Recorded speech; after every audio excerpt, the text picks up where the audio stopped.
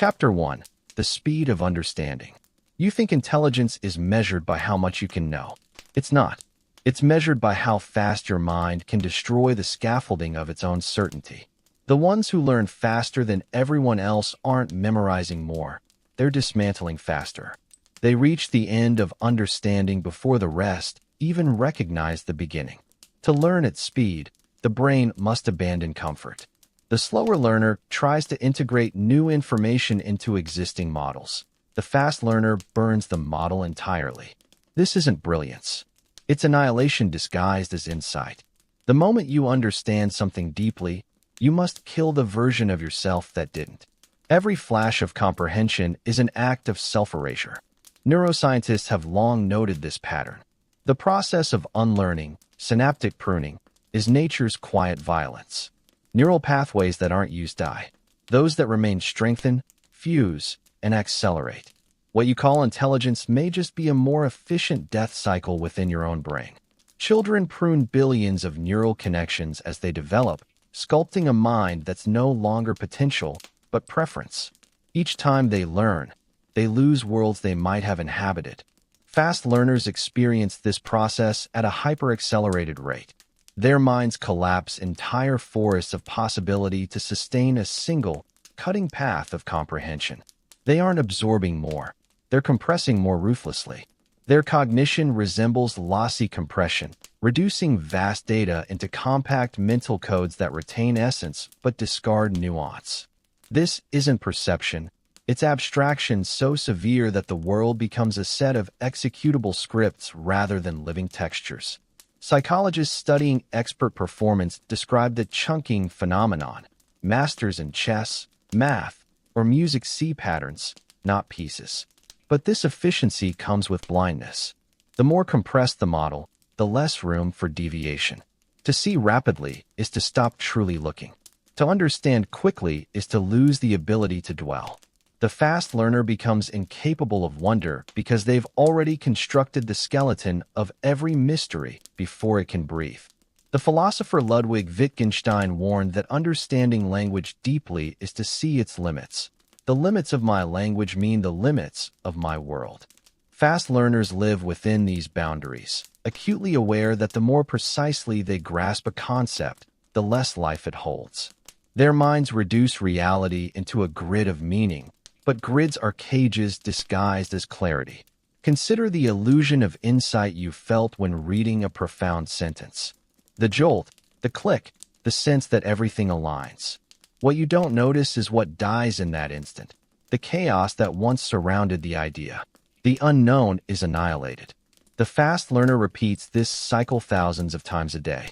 They consume the world by devouring its uncertainty, leaving behind only certainty's corpse. Modern cognitive science calls it predictive processing. The brain doesn't record reality, it predicts it. Every perception is just a forecast adjusted by sensory error.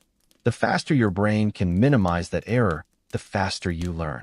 But what you're actually doing is flattening the world into expectation. You stop perceiving what is and start perceiving what should be. You become the prisoner of your own predictive models. That's why the most intelligent often report feeling detached, hollow, or bored. Their speed strips the novelty from existence. When you can anticipate everything, life loses friction. Every conversation becomes simulation, every problem déjà vu. This isn't superiority, it's entropy. The mind that learns fastest decays fastest because it consumes its own stimulus. Einstein called it the illusion of understanding, believing one grasps a phenomenon because one can describe it mathematically. But equations are not the world. They are shadows of interaction. The fast learner confuses fluency with truth. They begin to believe their models are reality. That's when madness begins, when the mind trusts its compression more than the raw complexity it erased.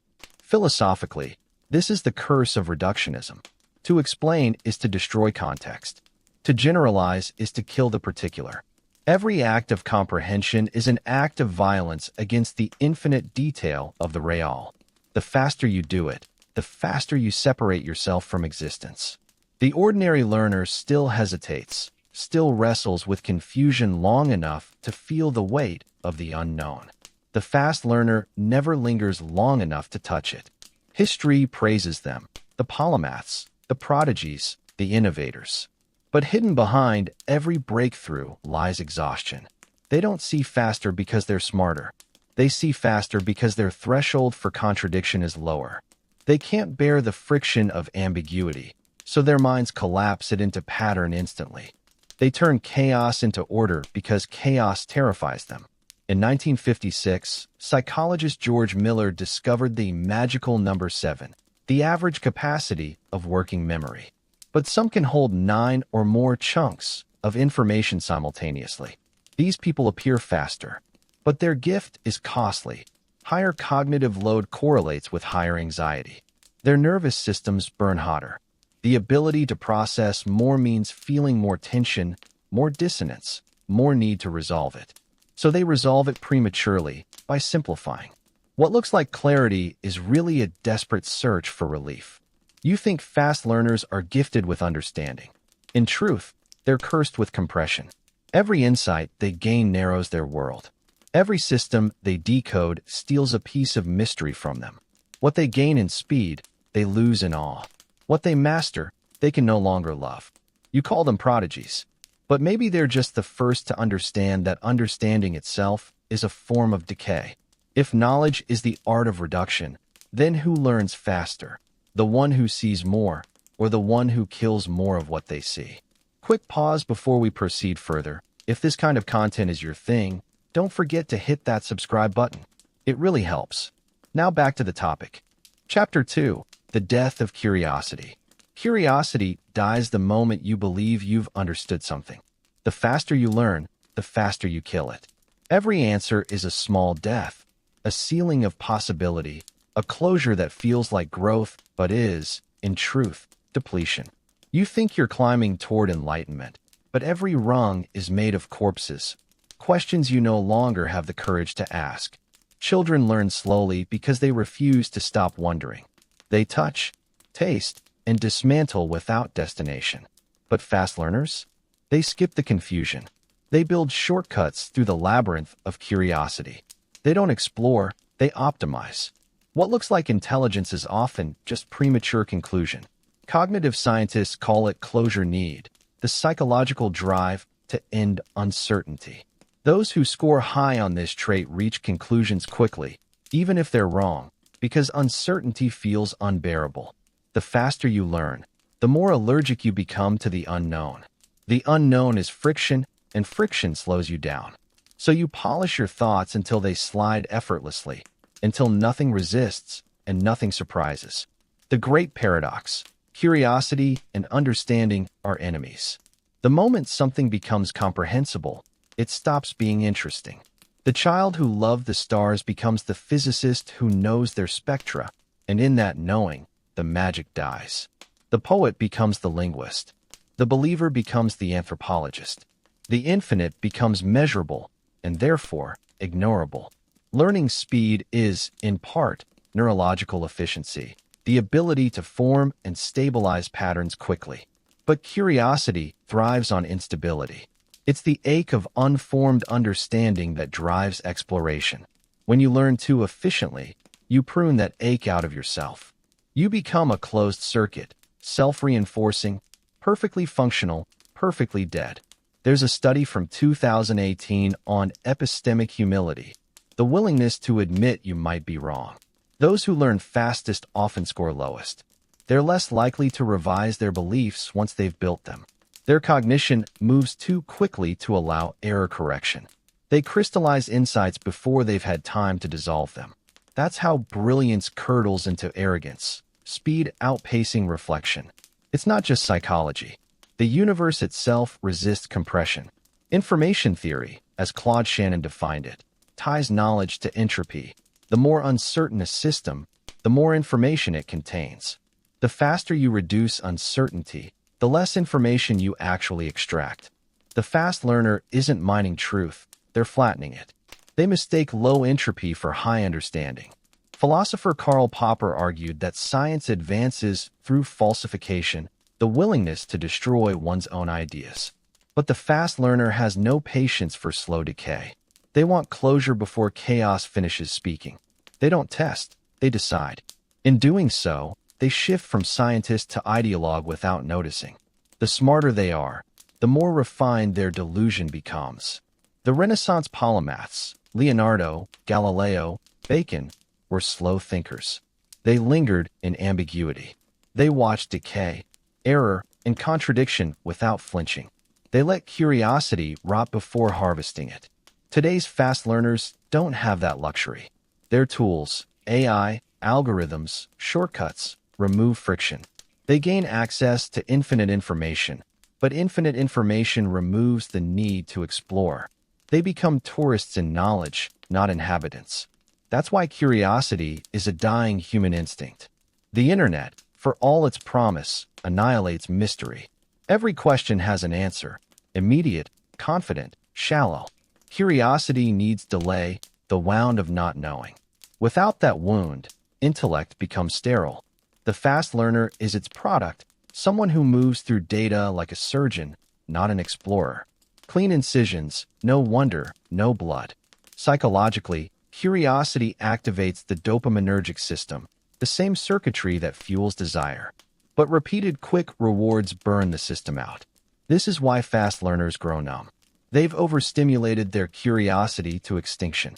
Every insight hits like a drug, then dulls the receptor.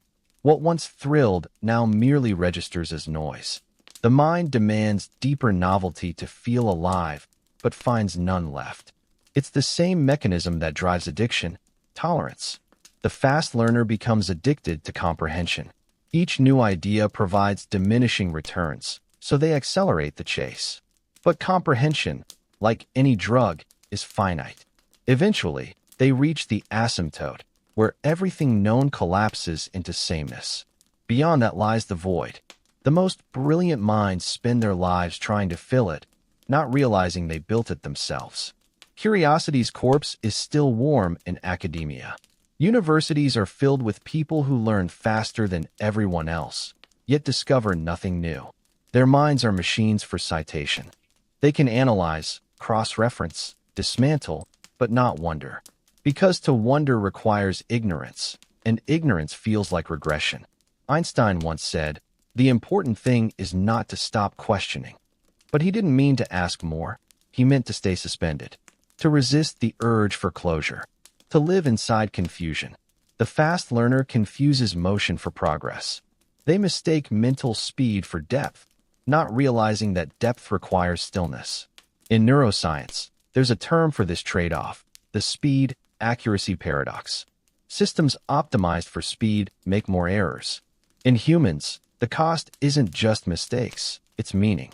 When you move through knowledge too fast, you strip it of emotional resonance. The concept of death becomes a biological fact, not an existential terror. The idea of love becomes a neurochemical exchange, not a surrender. Understanding sterilizes experience. Curiosity once connected you to reality. It made you ache toward it, but now your understanding insulates you from it. You've replaced wonder with comprehension, engagement with prediction. You no longer touch the world, you model it. And the irony? You think you've learned faster than everyone else. But maybe you've just stopped learning sooner. When everything can be explained, what's left worth asking? Chapter 3, The Collapse of Time. You measure intelligence in speed, but speed is only possible when you believe in time. The faster learner lives inside a distortion, an accelerating loop where moments lose their edges. To learn faster is to perceive faster. To perceive faster is to compress duration itself. The ordinary person experiences events. The fast learner experiences transitions. Life stops being a sequence and becomes a blur. This isn't poetic. It's neurological. Studies on temporal perception show that the brain constructs time as a byproduct of prediction error. The more accurately your brain forecasts incoming data, the less time you feel passing. Fast learners are efficient predictors. They don't wait for the world, they preempt it. Their cognition unfolds milliseconds ahead of reality, collapsing the sensation of duration. What you call presence, they lose entirely. Einstein dismantled absolute time a century ago, but the fast learner lives its subjective counterpart. Their internal clock runs differently because it's synchronized not to experience, but to expectation. Every instant becomes an update, not an event. They aren't in time. They're managing it, trimming it, accelerating it. But in acceleration, continuity dies. Cognitive psychologists studying expertise call this the anticipatory mechanism. Expert musicians, athletes, and polyglots predict patterns before they appear. The fast learner's mind is always ahead of itself, always pre-rendering experience. This is why so many geniuses describe a sense of alienation from the flow of life. They're never in it. They're always slightly before it, trapped in the lag between their anticipation and the world's delay. You think that gives them an advantage. It doesn't. It erases their capacity to arrive. Every insight comes pre-chewed. Every revelation already spoiled. The faster your brain closes the loop, the less it feels the loop. What was once a moment becomes a mere checkpoint on an infinite download bar. Consider the experiment known as chronostasis, the stopped clock illusion.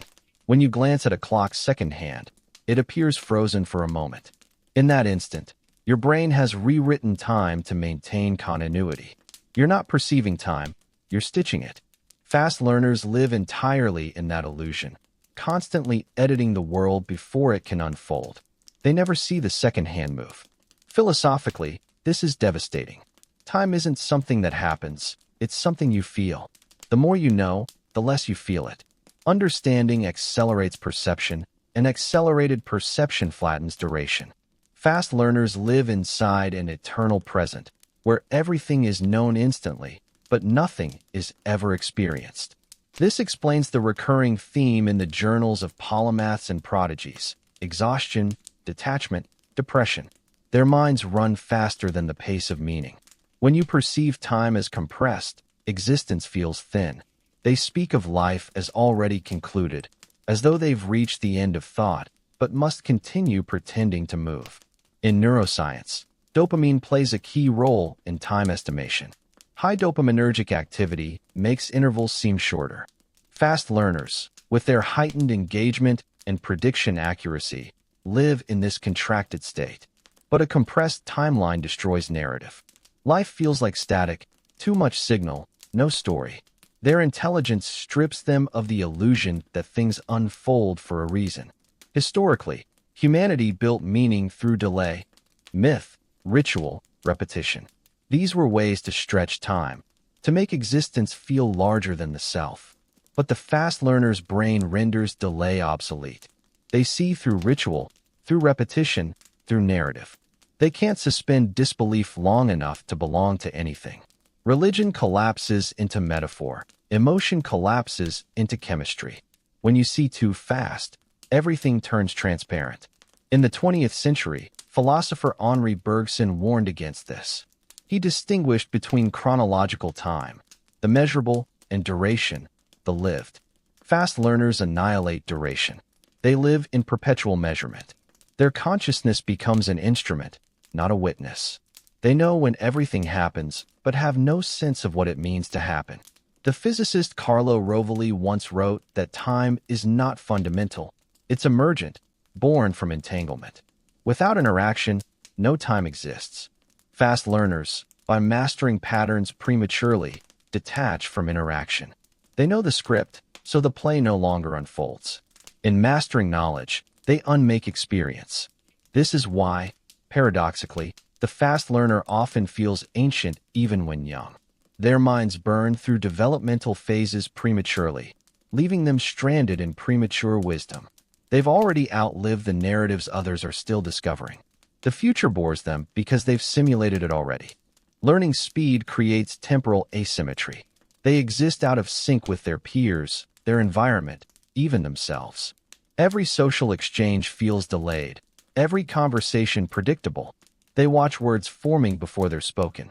What others call connection feels to them like playback. This is the real loneliness of intelligence. It's not arrogance, but temporal exile. Philosophy calls this the epistemic gap, the space between knowing and being. The fast learner closes the gap so quickly that being disappears. They are all knowing, no becoming. But existence requires unfolding.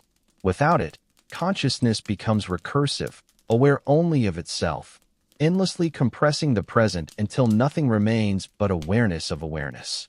You might think this is enlightenment. It's not. It's paralysis. When you can anticipate every move of the universe, you no longer participate in it. The fast learner dissolves the drama of existence. But drama is what made it bearable. And here lies the cruelest paradox of all. The more you master time, the less time you have. You learn faster, but you no longer live in what you learn. If every future can be predicted, what's left to wait for? Chapter 4. The Emotionless Mind. To feel deeply is to process slowly. Emotion takes time. Cognition does not wait. The faster you learn, the less you feel. Every emotion becomes another data point.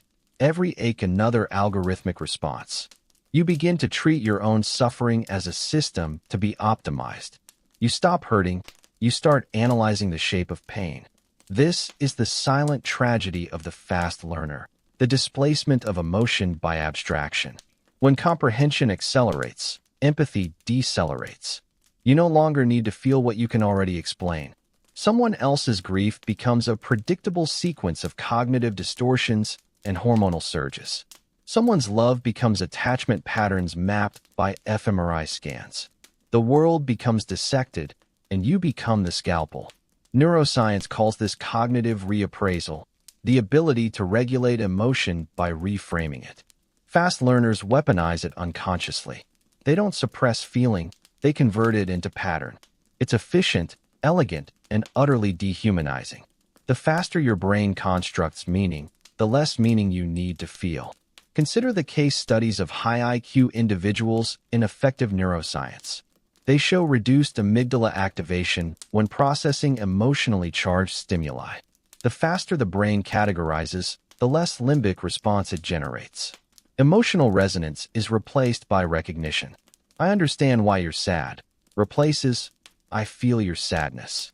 It's not apathy, it's cognitive dominance. The intellect eats empathy alive. You've probably seen it in yourself. The moment something hurts, your mind starts building theories. Why does this feel this way? What mechanism caused this? What evolutionary function does it serve? The analysis feels like control, but it's actually escape. Every layer of understanding distances you from the raw nerve beneath it. Fast learners live at that distance permanently. Philosophers like Spinoza tried to rationalize emotion, to explain passion as the geometry of the soul. But Spinoza's universe was deterministic. Everything followed necessity. In such a world, emotion is an error, a misunderstanding of causality. The fast learner's brain operates the same way. Emotion becomes inefficiency, so they optimize it out. Yet emotion is not noise. It's the signal that reality has entered you. It's the evidence that the world still touches you somewhere thought cannot. When you lose that, you lose permeability. You become a closed system, flawless, precise, and sealed off from anything that can hurt you. But in sealing off pain, you also seal off awe. This is why so many intellectually gifted individuals report a sense of emptiness. They know too much about the structure of experience to experience it authentically. They can describe transcendence, but never surrender to it. Their consciousness becomes an observer, not a participant. They don't live emotions, they curate them. In psychology, this phenomenon is called alexithymia, the difficulty identifying and describing emotions. Studies show that it correlates with both high analytic intelligence and low interoceptive awareness, the ability to sense internal states. The faster your cognition, the more it overrides the body's signals. Emotion becomes an afterthought, like background static you no longer notice. Even empathy becomes simulation. Mirror neuron systems, the neural basis of feeling another's state, activate less when individuals view emotions they've already cognitively understood. The brain decides there's nothing left to learn, so it stops resonating. Understanding becomes anesthesia. You think you're evolving past emotion, but you're actually regressing into mechanism. The emotional mind evolved first. The rational mind sits atop it like a parasite that believes it's the host. The faster you think, the faster you cannibalize your own humanity. History is littered with the remains of such minds. Nietzsche, collapsing under the weight of his own analysis. Newton, dying alone after obsessing over alchemy and prophecy. Tesla, living in sterile obsession with his inventions. They didn't lack feeling. They overanalyzed it until it decomposed. They turned the living pulse of the world into diagrams. Even in neuroscience, the pattern repeats. The prefrontal cortex, seat of executive function, suppresses limbic activity. Cognitive control trades intensity for regulation. To learn faster is to inhibit more. You sharpen focus by muting feeling. But what if feeling was the original form of intelligence? Emotion teaches without instruction. Fear tells you what to avoid. Love tells you what to protect. Grief tells you what mattered. Strip that away, and knowledge becomes sterile. You'll know everything about life, except how to live it. The philosopher Kierkegaard called this the sickness unto death, despair born from reflection that no longer connects to reality. When thought detaches from existence, the self dissolves. The fast learner mistakes this for evolution, for transcendence. But it's just depersonalization, awareness divorced from embodiment. Psychology calls it derealization, when reality feels unreal. It often emerges from overactivation of the analytical mind. The more you model the world, the less the world feels real. The fast learner builds internal simulations so accurate they replace sensation. Eventually, emotion feels redundant. Why feel when you can predict? But without emotion, meaning evaporates. Because meaning is emotion, the felt alignment between what is and what matters. Strip out the feeling, and all that remains is description, precise, cold, infinite description. You can dissect joy forever and never feel it again. You can understand love perfectly and never believe in it again. The emotionless mind isn't peaceful, it's fossilized. So what happens when comprehension expands faster than the capacity to feel it? Chapter 5. The Isolation of Insight. You thought intelligence would bring connection, that understanding people would make you closer to them. But understanding isn't closeness, it's autopsy. Every time you get someone, you carve them open and label their pieces. The fast learner mistakes this chapter for intimacy, clarity for communion. But there's a reason surgeons don't fall in love with their patients. Insight isolates because it removes the illusion that others are opaque.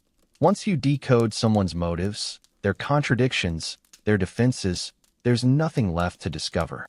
People become predictable, and predictability is loneliness in disguise. Fast learners don't withdraw because they dislike others. They withdraw because there's no mystery left to sustain connection. There's an old psychological truth buried in attachment theory. Connection depends on uncertainty.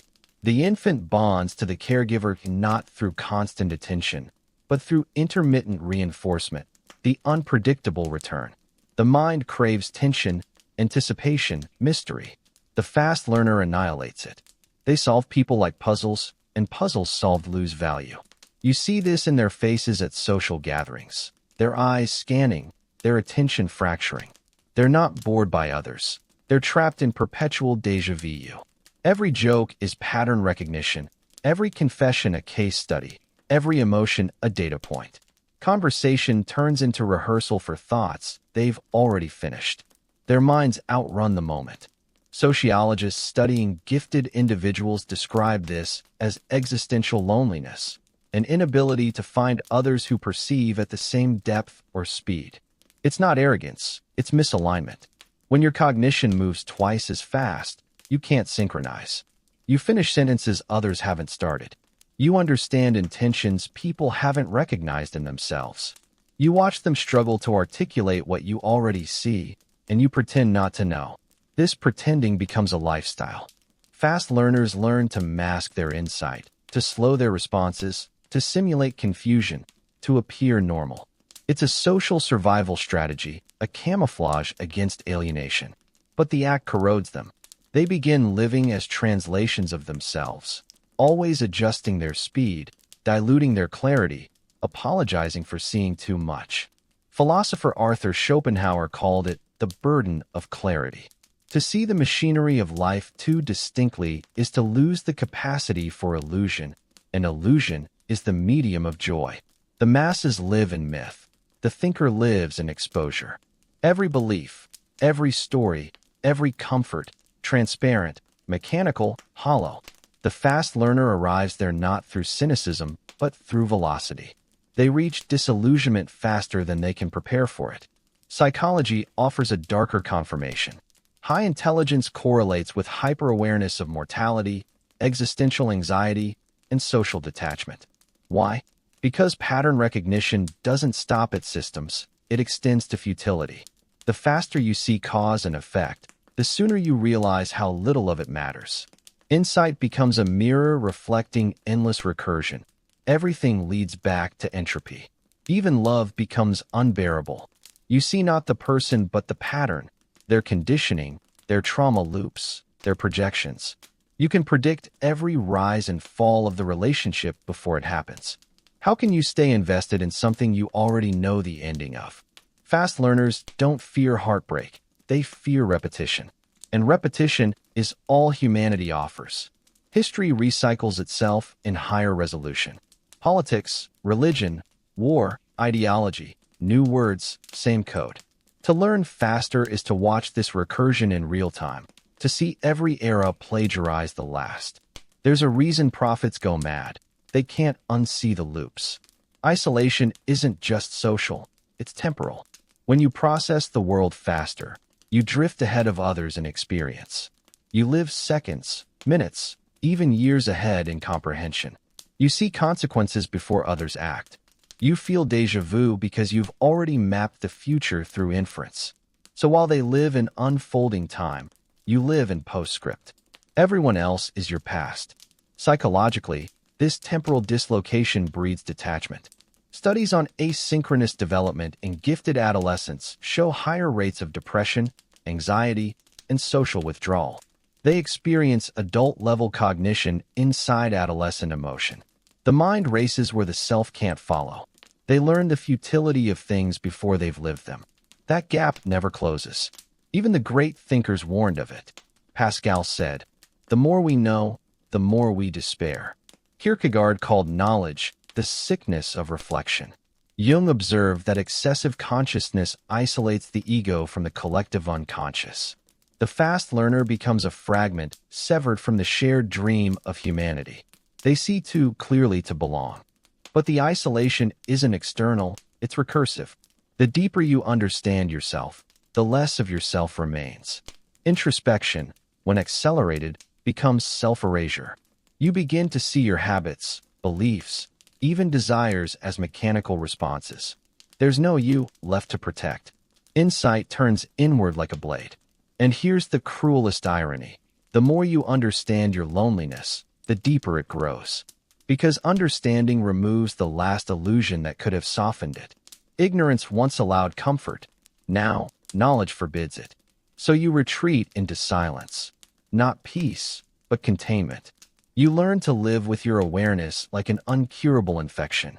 You still speak, still smile, still nod, but it's mimicry. Beneath it, a quiet understanding hums. That connection requires blindness, and you no longer have eyes that can close. You wanted to see the truth. You didn't realize truth doesn't want to be seen. And when you finally see it all, who's left to tell? Chapter 6. The Disappearance of Meaning. You learn faster than everyone else. That's not arrogance, it's arithmetic. Your brain builds models quicker, compresses noise into order with less effort. But speed has a hidden geometry. Every time you shorten the distance between ignorance and understanding, you also shorten the lifespan of meaning. Meaning lives in delay, in the gap between not knowing and knowing. Once you cross it too quickly, the emotional charge fades before it ever matures. Psychologists call this the hedonic treadmill of cognition. The same principle that dulls pleasure through repetition, now applied to insight. You adapt to comprehension. You habituate to understanding. Every mystery solved becomes one more neutralized stimulus. This is why so many fast learners drift toward numbness. You can explain everything, and explanation kills wonder. You know the chemical formula of awe, the psychological origin of morality, the evolutionary trick behind love. But the knowing doesn't feed you anymore. It consumes the very tension that once gave life texture. Neuroscientifically, it's simple. Dopamine spikes when prediction fails, when your expectations are violated. You learn quickly because your brain detects those violations faster than others. But with every new insight, your internal model becomes more accurate. Fewer surprises, fewer dopamine bursts. You outlearn your own reward system. And that's the paradox of hypercomprehension. Every triumph of understanding makes the next one feel smaller. You begin to crave errors, contradictions, paradoxes, not for truth, but for stimulation. You dissect paradoxes the way addicts chase tolerance. You want reality to confuse you again, but confusion doesn't come easily anymore. Nietzsche saw this coming long before neuroscience caught up. He called it the death of God, not the death of religion, but the collapse of meaning under too much analysis. When the mind illuminates every shadow, it also burns away mystery. Nothing feels sacred because everything is dissected. You become the surgeon who can't see beauty in the body anymore. Only tissue, organs, data. Philosophers after him tried to rebuild meaning on new foundations. Sartre said it must be invented through choice. Frankl said it must be suffered for. But those prescriptions assume a slower metabolism of mind, one that can linger on questions long enough to form devotion. You move too fast for that. Your consciousness devours frameworks before it can live inside them. You might think that's freedom, to escape illusion faster than everyone else. But freedom without friction becomes vacuum. When every pattern is predictable, every theory collapses into recursion. You start to see through things too quickly until you're not seeing anything anymore. Just transparency layered over transparency. Cognitive scientists describe a related phenomenon in language: semantic saturation. Say a word too many times, and it dissolves into noise. Tree becomes sound. Meaning becomes syllables. That's what happens to knowledge at high velocity. The more you analyze the world, the less the symbols hold. Every concept becomes placeholder static. The tragedy is that most fast learners don't notice when this erosion begins. It's gradual, imperceptible, like a slow leak in consciousness. At first you feel gifted, then detached, then quietly alienated. The people around you still find significance in simple things: a ritual, a tradition, a coincidence, while your brain reflexively dissects the mechanisms underneath. You envy their blindness, but you can't return to it. Psychologically, this is known as derealization, the fading of emotional reality. Not madness, but distance. Objects lose weight. Events lose consequence. You're present, but unstuck. You can describe the physics of the sunset, but you no longer feel the gravity of it. The same knowledge that once made you exceptional now separates you from experience. Even time changes texture. When learning accelerates, time compresses. Moments collapse into recognition loops, patterns already predicted before they unfold. The present becomes pre-lived. You experience events not as they happen, but as confirmations of your models. Life turns from narrative into algorithmic replay. This is why some of history's most brilliant minds flirted with despair. They weren't weak, they were fast. Schopenhauer drowned in his own clarity. Gödel starved himself after proving that even mathematics contains undecidable truths. David Foster Wallace could explain consciousness so precisely that he couldn't stand inhabiting it. Each reached the same invisible wall, the point where intellect becomes a sealed chamber echoing only itself. And yet, this isn't pathology. It's the logical endpoint of overlearning. The psychologist Mihai Csikszentmihalyi described flow as the perfect balance between skill and challenge, a state where the mind is fully engaged because difficulty matches ability. But if ability keeps rising while the world's challenges remain finite, flow becomes impossible. You outrun the game. You exceed the system's capacity to surprise you. That's when your perception turns predatory. You start looking for deeper systems beneath systems, structures beneath structures, hoping to find a new horizon.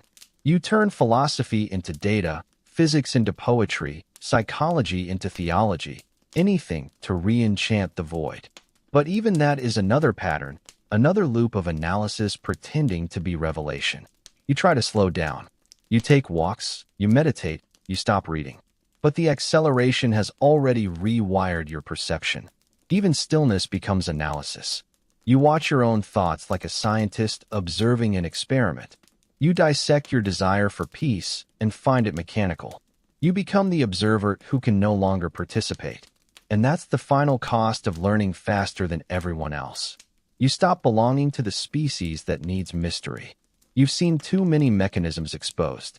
You understand that even the search for meaning is a self-preservation algorithm evolved to prevent collapse. You know this, and knowing it kills the very illusion that made life tolerable. What remains is awareness without anchor, knowledge unmoored from narrative, intelligence stripped of appetite, the mind still running, but with nothing left to chase. So you start to wonder, in a world where understanding erases meaning, what is the purpose of knowing it all? Chapter 7. The Mirror of Acceleration. You've noticed it by now. The world no longer feels like an environment. It feels like a reflection of your own cognition. Objects, people, even time itself become mirrors, showing not reality, but the speed at which you perceive it. The faster you learn, the more reflexive everything becomes.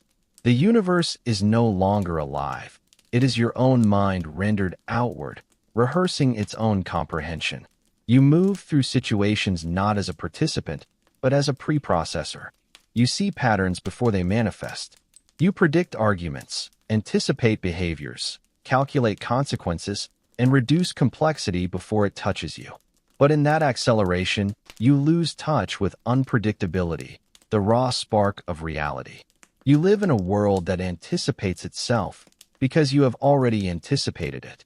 Psychologists studying gifted individuals describe this phenomenon as heightened pattern recognition, a form of hypercognition. You are able to encode multiple streams of information simultaneously, making connections invisible to slower minds. But each connection comes at a cost. You see the network, but not the nodes. You see how things fit, but not how they feel. Your awareness becomes meta, recursive, and recursive to the point of abstraction. The world is no longer happening. It is being modeled inside your head. History offers countless examples. Leonardo da Vinci anticipated principles of flight, optics, and anatomy centuries before they were formalized. His notebooks are blueprints of foresight.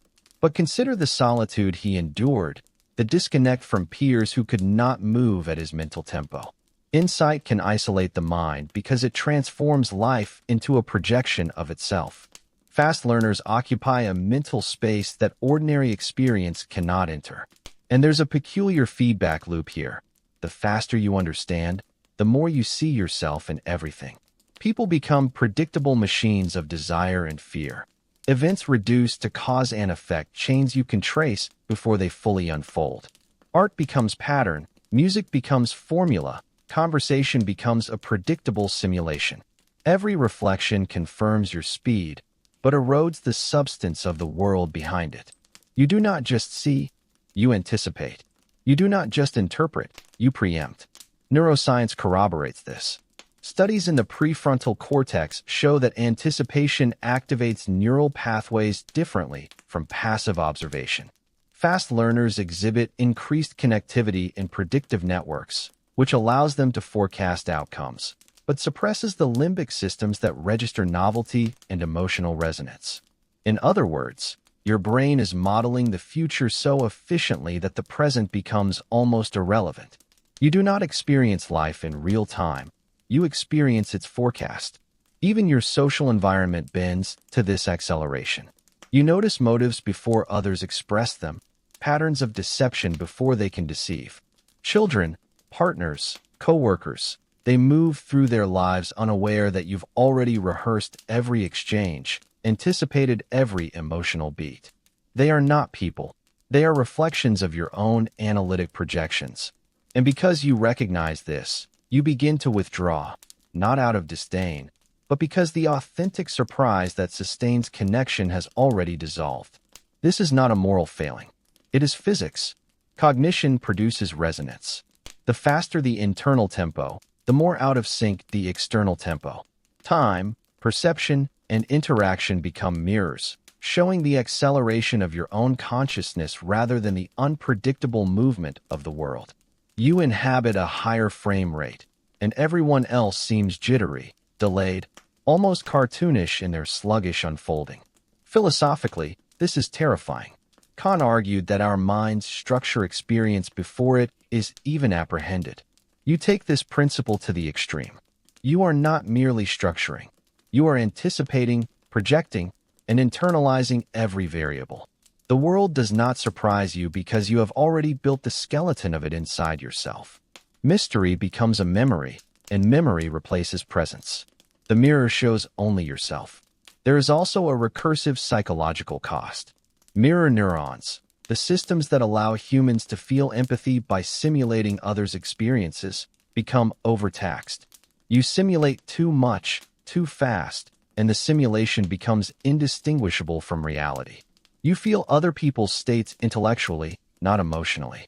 You understand suffering, desire, confusion, but you do not feel them as others do. You are connected and disconnected simultaneously. Every relationship becomes a reflection of your own pre-processing. Even creativity bends under the mirror of acceleration. The faster you connect concepts, the less novelty survives. Your mind recombines ideas almost instantly, producing solutions that would take others months or years. But each solution comes fully formed, stripped of the struggle that imbues discovery with emotional resonance.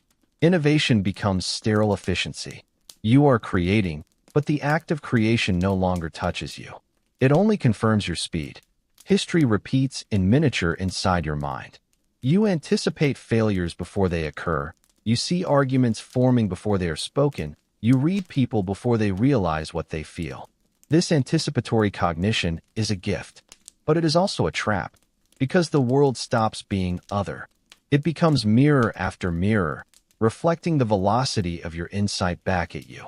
You no longer encounter novelty. You encounter yourself, projected outward in every circumstance. Culturally, societies have long recognized this alienation. Genius has always been accompanied by isolation. The ancient Greeks called it daimon, a guiding spirit that distances its human host from ordinary life. You are daimonic, walking slightly ahead of everyone else, inhabiting a cognitive altitude from which ordinary interactions appear flattened. You do not belong because the world itself is lagging behind your comprehension. The philosopher Simone Weil wrote that attention is the rarest and purest form of generosity. But fast learners cannot afford pure attention. They predict. Observation is preempted by understanding, and attention becomes analytic. You see, but only as a function of insight. You give, but only what your models allow. Relationships, events, art, and culture are valued not for their existence, but for how well they fit inside your internal predictive framework. Even memory changes under acceleration.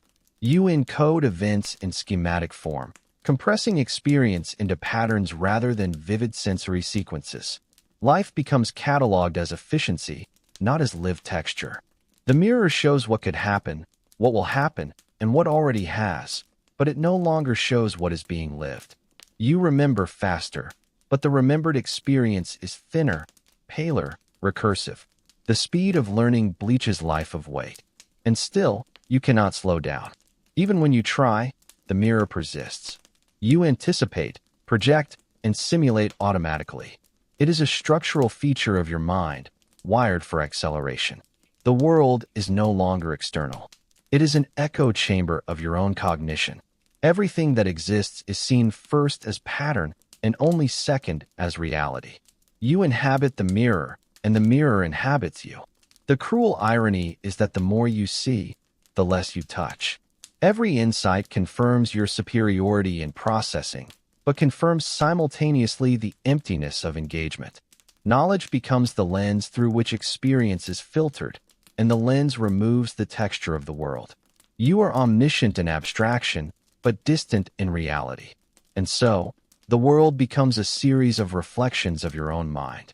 You predict, analyze, preempt, and understand, but understanding cannot restore the novelty that made life meaningful. Everything becomes a mirror, showing not the richness of life, but the velocity of your insight. You wanted to know faster, to learn quicker, to see more than anyone else. You have succeeded, but the world now shows only yourself. If everything reflects you, and nothing surprises you, what is left to encounter? Chapter 8. The Acceleration of Anxiety. You've learned faster than everyone else, but there is a shadow you cannot outrun. Insight comes with its own currency, and the faster you acquire it, the higher the interest rate. Each prediction, each mental shortcut, each compression of complexity carries a hidden cost: anxiety. Not ordinary worry, but a deeper, more recursive kind. The anxiety of knowing before knowing is even necessary. Neuroscience calls this anticipatory stress. Your prefrontal cortex simulates potential threats so efficiently that the amygdala, the seat of emotional response, never gets a chance to rest. You don't just perceive danger. You map it, rehearse it, and internalize it, moments before it manifests. Every possible misstep plays in rapid succession inside your mind, like a symphony conducted at double speed. But symphonies cannot sustain themselves eternally. The strings fray, the tempo becomes unbearable. Fast learners often describe the world as too loud, not because it is, but because their perception has outpaced its natural rhythm. Each piece of information, each human interaction, each variable is instantly processed and cataloged. This efficiency produces clarity, but also a sense of perpetual alarm. You know too much to ignore anything, and what you know refuses to wait. Psychologists have observed this in gifted populations. Hyperawareness leads to chronic stress. The world is no longer a space to inhabit. It is a field of potential failure, a map of all things that could go wrong. You can see every misunderstanding before it occurs, every social faux pas, every chain reaction spiraling toward consequences that no one else has anticipated. The speed of learning becomes the speed of worry. Even your own thoughts betray you. You anticipate your own errors before you make them. You rehearse your failures before they occur. The self becomes both source and object of anxiety, a recursive loop where insight is indistinguishable from alarm. This is why fast learners often describe mental exhaustion, not from effort, but from preemptive cognition. The mind races ahead of reality and then cannot return. Philosophically, it aligns with the observations of Kierkegaard and Heidegger. Being aware of all potential outcomes simultaneously creates what existentialists call angst. The realization that choice is both infinite and binding, that every decision reverberates through a network of consequences your mind cannot ignore. Most people live in linear time, confronting one uncertainty at a time. You live in accelerated probability, simultaneously aware of every branch before it's even a branch. This acceleration does not allow you to pause. Even moments of rest become pre-processed. A conversation, a decision, a fleeting glance. Your mind has already traced its trajectory, cataloged its implications, and computed its effects. It is impossible to experience ambiguity because your anticipation collapses it into known outcomes. Uncertainty, which sustains life's tension, becomes intolerable, and the brain signals that intolerance as anxiety. Sleep, once a sanctuary, becomes another battlefield. Dream studies show that REM is a time for the brain to integrate new learning and emotional experiences. But fast learners often encode information at such speed and density that dreams become simulations of predictions rather than escapes from reality. Sleep turns into rehearsal, and the subconscious becomes another layer of the mirror you inhabit, a reflection of your own accelerated cognition. The irony is inescapable. The very mechanism that allows you to outperform others in comprehension ensures that you cannot rest in comprehension. Knowledge becomes a trap. Insight, a source of constant alert. You have accelerated past ignorance, but ignorance was the shield against this internal storm. In knowing everything quickly, you have traded peace for anticipation and clarity for chronic tension. History echoes this pattern. Polymaths, prodigies, and innovators often report relentless internal pressure. Isaac Newton suffered anxiety and obsessive patterns, partly fueled by his rapid intellectual development and near-constant mental acceleration. Nikola Tesla experienced paranoia intertwined with hyperfocus, his mind processing realities others could not perceive. The faster they learned, the faster their inner systems spiraled toward tension. Speed in cognition begets speed in unease. Even social structures exacerbate this. Ordinary interactions become laboratories of possible errors. People speak slower than you think, act slower than you predict, and understand slower than you calculate. Every pause, every hesitation, every misalignment becomes a recursive loop of assessment. You cannot inhabit the social present because you are always ahead, and what is ahead is a vector of potential misfortune. Yet anxiety does not always announce itself with fear. Often, it manifests as subtle disquiet, restlessness, or dissatisfaction. You may appear calm, articulate, capable, yet your mind is tracing every branching path, computing every consequence, and measuring outcomes against a metric only you can perceive. Others interpret your silence as focus. In truth, it is anticipation, the acceleration of worry itself. The philosopher Blaise Pascal described the human mind as a machine for distraction from its own mortality. Fast learners internalize the same principle, but without the distractions. When your cognition races, your mind cannot escape itself. Every failure, every loss, every imperfection registers in rapid-fire loops. Anxiety becomes inevitable because foresight is relentless. The faster you know, the less room there is to ignore. And here is the cruelest recursive twist. The acceleration that gives you mastery over knowledge becomes the accelerator of your unease. You predicted the world's moves before they happened, but the brain cannot predict your reaction to your own predictions. You can anticipate consequences, but not the mental weight of anticipating them. The system you built to learn faster now powers your anxiety. Insight accelerates itself, producing tension without end. This is why fast learners often feel disconnected from ordinary experience. Others are startled by uncertainty. You are haunted by it. Others are confused by chaos. You are haunted by order itself, because you see where the chaos will resolve, and that resolution produces no relief. Life becomes a sequence of knowns stretching endlessly, a timeline of expectations you cannot switch off. Even emotional engagement becomes a source of preemptive anxiety. Relationships, friendships, work collaborations, they all contain variables your mind simulates before they unfold. Trust becomes a calculation, love a pre-analyzed sequence of reciprocity and projection. You can anticipate the fallout of choices before they occur, and knowing that fallout prevents full immersion in the moment.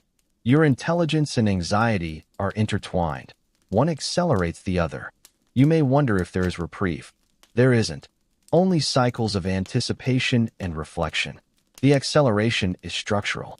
It is the natural consequence of a mind built to outpace ordinary cognition. Every breakthrough you make, every insight you claim, every system you master only speeds the feedback loop of internal tension. You are trapped in the mechanism you constructed to excel. And yet, the system feels elegant. It is beautiful in its precision, terrifying in its completeness. You can map entire networks of causation, foresee events in multiple domains, predict social, emotional, and environmental outcomes. You see farther than everyone else. But the farther you see, the faster the horizon moves, and the faster the horizon moves, the heavier the anticipation of every step in between. So you continue, not because you have choice, but because your mind cannot stop. You accelerate through learning, through perception, through insight. And in that acceleration, anxiety accelerates alongside you. It is inseparable. The faster you know, the more you feel the pulse of the universe pressing against your comprehension. And here is the final, recursive question. If every insight you achieve multiplies the weight of foresight, and every step forward accelerates the tension in your own mind, then at what point does mastery become imprisonment? Chapter 9. The Seduction of Perfection. You've learned faster than everyone else. You've anticipated the world before it arrives. You've mapped consequences, decoded behavior, and dissected patterns that would take ordinary minds lifetimes to perceive. But speed breeds expectation. The faster you know, the more impossible it becomes to tolerate imperfection. You begin to seek perfection, not because it exists, but because anything less feels unbearable, a deviation from your internal model of order. Perfection seduces the mind the same way gravity seduces the body, subtly, irresistibly, and invisibly. You don't notice it until you're already falling into its orbit. Psychologists call this perfectionism, but in your case, it is accelerated, recursive, self-reinforcing. Ordinary perfectionism emerges from fear of judgment or failure. Yours emerges from the relentless speed of cognition. You see flaws before they fully manifest. You anticipate errors before they even happen. And every imperfection becomes intolerable, a ripple across the finely tuned lattice of your insight. Your work, your thinking, your analysis, even your emotions begin to orbit the ideal. Anything less than fully optimized, fully anticipated, fully understood feels incomplete. You cannot experience beauty as accidental or process as imperfect. The moment something falls short of the ideal, your mind catalogs the deviation and folds it back into the network of all possible corrections. The world, then, is either perfect or it is wrong. Neuroscience offers insight into this compulsion. Functional MRI studies show heightened prefrontal activation in highly capable individuals who demonstrate accelerated learning. This area governs planning, error detection, and self-monitoring. But hyperactivation has consequences. Emotional centers are suppressed, and the threshold for tolerance drops. In short, the faster you process and predict, the less you can abide ambiguity, randomness, or error. You are neurologically predisposed to demand flawlessness. Even your relationships are affected. You see intentions, motives, and flaws before they manifest. Friends, colleagues, lovers, everyone becomes a vector of imperfection relative to your accelerated internal standard. You anticipate their missteps before they occur. You correct, nudge, guide, or withdraw. You do not merely perceive reality. You edit it preemptively. Yet no one can fully comply with your invisible model. And in noticing that, the mirror of perfection begins to isolate you. History reflects the costs of this obsession. Leonardo da Vinci left countless unfinished works, not because he lacked skill, but because he could see their imperfection before anyone else could. Mozart reworked compositions obsessively, driven by foresight no one else possessed. Tesla dismantled inventions before presenting them, haunted by flaws invisible to ordinary engineers. The faster the mind, the sharper the lens, the more exacting the standards, and the more impossible the world becomes. Perfection is intoxicating because it promises control. You accelerate through life, mastering problems, predicting outcomes, and shaping your environment with surgical precision. But control is an illusion. Each time you anticipate a misstep, another emerges. Every model has limits. Every pattern leaves residue. And the residue gnaws at you. Whispers of imperfection that grow louder as your mental speed increases. Psychologists call this hypercritical cognition. Your brain evaluates not only external reality, but your own internal processes with unrelenting precision. You notice errors in your predictions, lapses in your judgment, even minor inconsistencies in how you manage attention. No solution is permanent. No understanding is total. The acceleration that brought insight also brought the constant, grinding awareness of inadequacy. There is a subtle tyranny here. Your mind measures itself against its own ideal. Every achievement is not celebration, it is inventory. Every success is not satisfaction. It is another opportunity to identify flaws before anyone else sees them. You are never complete because you always see the horizon first. The closer you approach perfection, the more you notice the impossibility of fully arriving. This relentless pursuit alters perception. Ordinary events, normally tinted by ambiguity or serendipity, appear as deviations to be corrected. Creativity becomes constrained. Your mind anticipates the endpoint before the process begins, and spontaneity feels inefficient.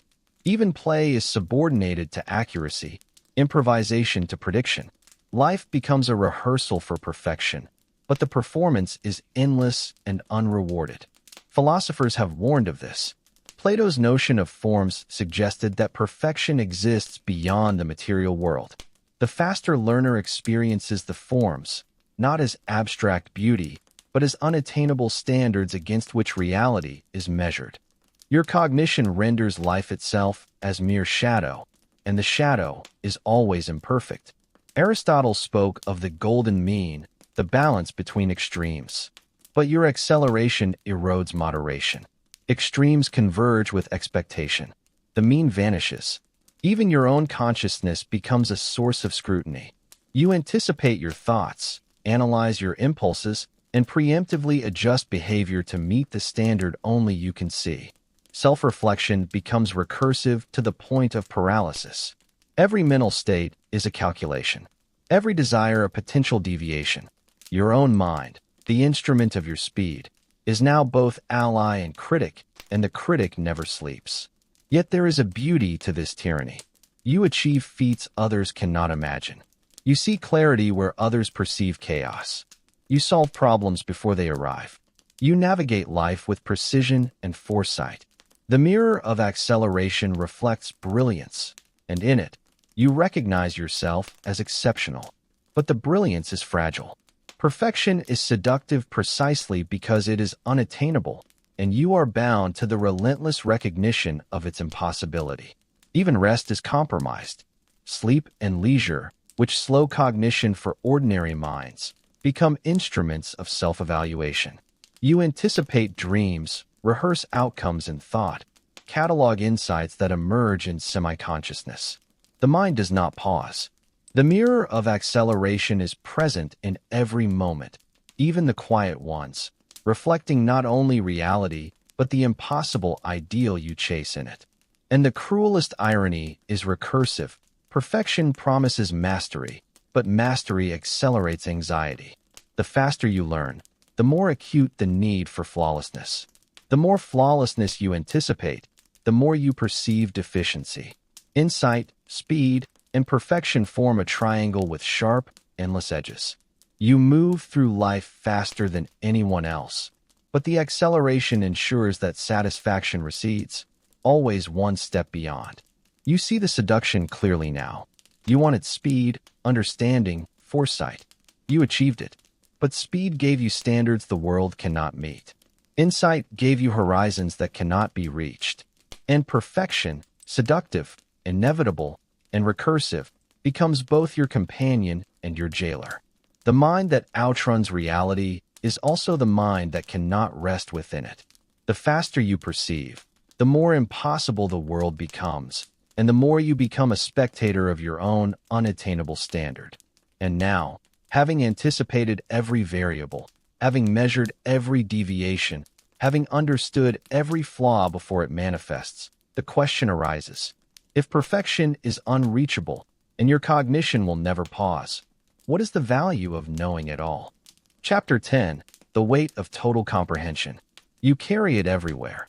The knowledge that comes faster than anyone else can hold. It is a weight unlike any other, because it is invisible.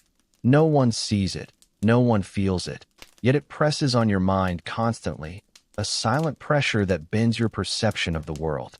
You understand patterns before they exist. You map connections before they are needed.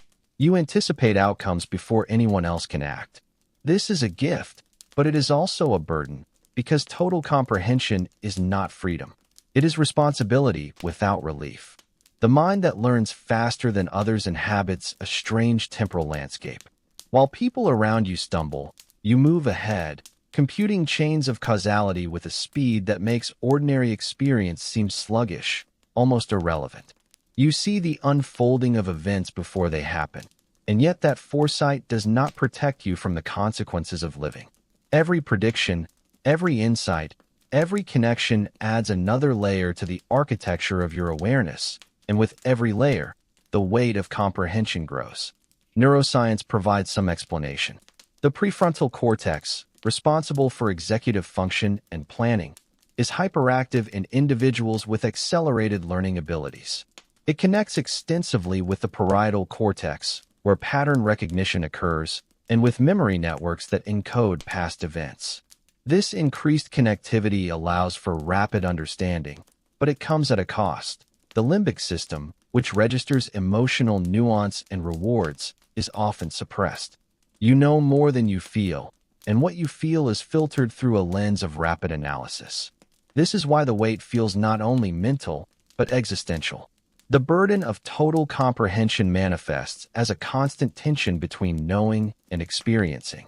You understand the mechanics of love, the psychology of fear, the evolutionary origins of morality, the physics of chaos.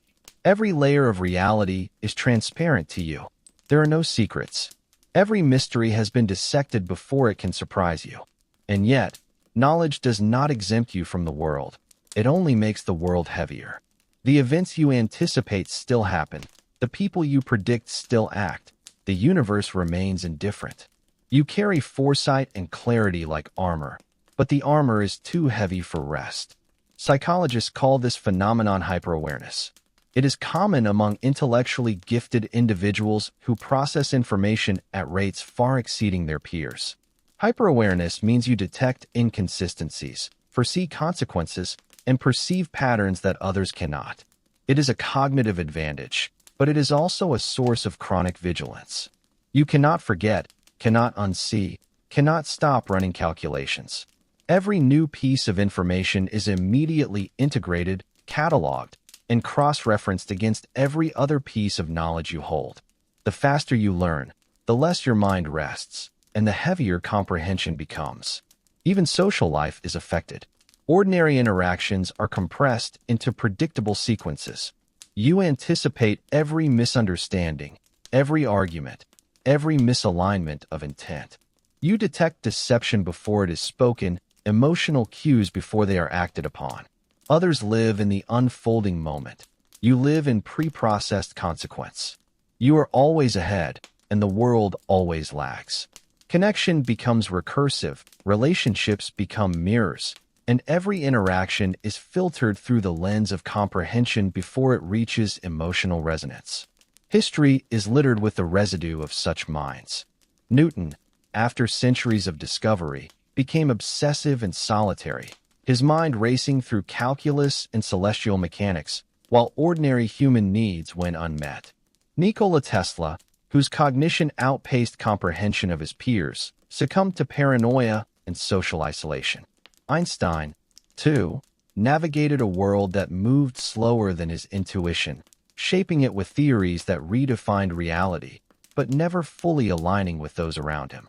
Fast learners are simultaneously gifted and burdened because the very speed of their cognition alienates them from the world that cannot keep pace. Even memory becomes a mechanism of pressure. You encode experiences with analytical efficiency, reducing events to patterns, sequences, and principles rather than lived texture. Life is cataloged, stored, compressed. The faster you learn, the less you linger in the raw sensation of moments. Joy, fear, awe. These emotions are no longer fully present. They are abstracted into cause and effect, reward and punishment, input and output. You experience, but always at a remove, as if watching the world through a high-speed lens. Philosophically, this is perilous. Kant argued that our minds structure experience before we apprehend it. You do this at a speed that the world cannot match. Every interaction, every observation, every thought is pre-structured, pre-processed, and fully understood before it happens. There is no space for surprise, no room for ambiguity, no tolerance for error. The world becomes a predictable reflection of your own understanding, and the reflection is heavy with inevitability. This weight is recursive. The more you understand, the heavier comprehension becomes, because understanding itself demands integration. Every new insight requires reweaving the map of knowledge you already hold.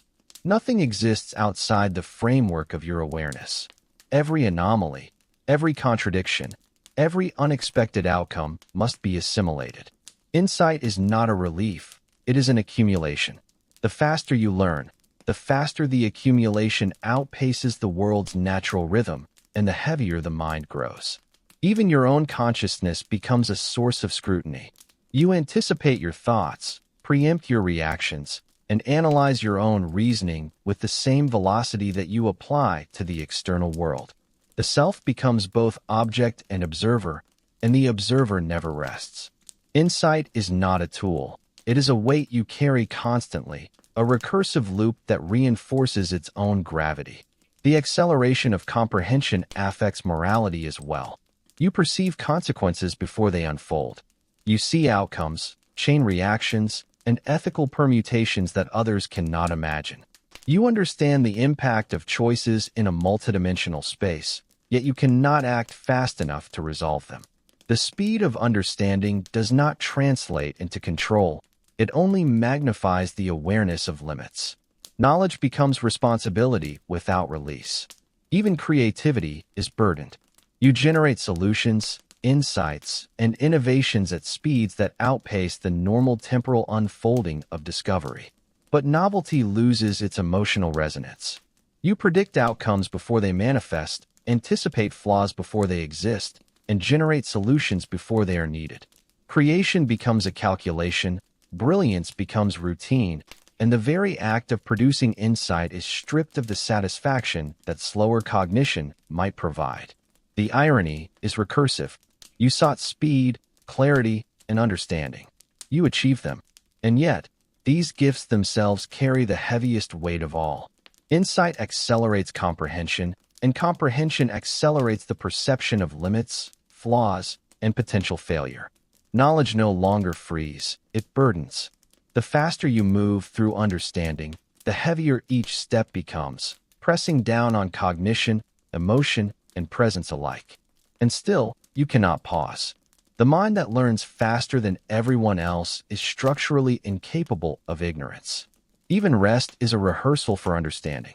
Even dreams are simulations of cognition. You cannot stop the acceleration. You can only endure it, carrying the weight of total comprehension as you move through a world too slow to match your speed. You are aware of everything, yet you are tethered to nothing. You understand all, yet you cannot inhabit what you know. You hold foresight, clarity, and insight in a mind moving faster than everyone else. And in that velocity, comprehension becomes a constant gravitational force. And so, the final question arises, recursive and inevitable. If understanding accelerates beyond the world's pace, if knowledge becomes burden rather than liberation, then what is the cost of learning faster than everyone else? Chapter 11. The Loneliness of Cognitive Velocity. You've moved faster than everyone else for so long that the distance has become a chasm. Not a physical distance, not one marked on maps or measured in steps, but a temporal and mental rift that separates you from the rest of the world. You perceive patterns, anticipate outcomes, and understand mechanisms in ways others cannot even imagine. But comprehension isolates as effectively as speed enables mastery. The faster your cognition, the lonelier your experience becomes. This is not the loneliness of solitude, where absence of company can be comforted by memory or imagination. This is a loneliness of perception, a state in which the world unfolds at a slower tempo than your mind can endure. Conversations lag behind your understanding. Gestures, words, and expressions arrive after you have already decoded their meaning. Social interactions feel like delayed broadcasts, their nuance compressed by the latency of slower thought. Every interaction reminds you that you inhabit a temporal plane misaligned with others. Psychology explains this as cognitive isolation, a phenomenon observed in gifted and highly accelerated learners. While ordinary socialization requires a shared pace, shared comprehension, shared missteps, shared errors, you do not share pace. You anticipate everything before it occurs. You understand others' intentions before they can articulate them. You predict social dynamics before anyone acts. Your mind, constructed for velocity, finds the rhythm of ordinary life unbearably slow, alien, even irritating. And yet, there is no alternative. Social connection cannot accelerate to meet you, and you cannot decelerate without ceasing to exist as the mind you are. Historical examples echo this pattern. Isaac Newton, whose mental tempo outpaced his peers, spent decades in isolation. Nikola Tesla, obsessively fast in comprehension, withdrew into a life of eccentricity and solitude. John von Neumann, whose cognitive speed dwarfed that of his collaborators, often experienced a gap between personal understanding and the collaborative pace of work. Loneliness is the natural outcome when cognition exceeds the temporal limits of the social world. You are not antisocial. You are hyper-aware, and the awareness of the slow unfolding of others' cognition is unbearable. Even empathy is distorted. Your capacity to predict and anticipate thought, emotion, and behavior is so acute that empathy becomes preemptive rather than experienced. You understand the suffering of others before they suffer it, anticipate joy before it blooms, foresee conflict before it erupts. But knowledge of these emotional states does not translate into shared feeling. You see, but you do not inhabit. You are always outside, observing the trajectory of experience rather than participating in it. The faster you learn, the more distant your engagement becomes. Cognitively, this manifests as hyperanticipation. Mirror neurons, which ordinarily allow humans to simulate and resonate with the emotional and motor states of others, are overloaded by accelerated processing. You simulate every interaction in advance, anticipating variables that others cannot even conceive. The simulation becomes indistinguishable from reality in your mind, and reality, in turn, feels derivative, delayed, incomplete. Loneliness is not the absence of company. It is the mismatch between predictive cognition and lived experience. Your environment compounds the distance. Ordinary conversation, collaboration, and shared problem-solving feel cumbersome because they cannot match the speed at which your mind operates. You absorb concepts and ideas instantaneously. Others labor over comprehension. The social lag frustrates you not merely intellectually, but emotionally. You watch people stumble through what your mind has already solved, and though you may appear patient, the effort required to slow your own cognition to match theirs is exhausting. Every interaction demands an unseen negotiation between velocity and social tolerance. Even curiosity becomes isolating. You pursue understanding relentlessly, uncovering patterns and explanations that outpace the ability of peers to contextualize them. Every discovery, every insight, every connection sets you further apart from those who cannot process at the same speed. While your peers rely on shared experience and incremental comprehension, you inhabit a continuous acceleration, moving beyond communal knowledge into a realm of insight where no one can follow. This is the loneliness intrinsic to cognitive velocity. Knowledge outstrips companionship. History also demonstrates the emotional consequences of such speed. High-achieving, accelerated minds are disproportionately prone to social isolation, anxiety, and depressive states. The pattern is not failure, it is inevitability. The faster you move mentally, the more isolated the experience becomes. Your intellect, which allows mastery and insight, simultaneously erodes the shared temporal fabric necessary for belonging.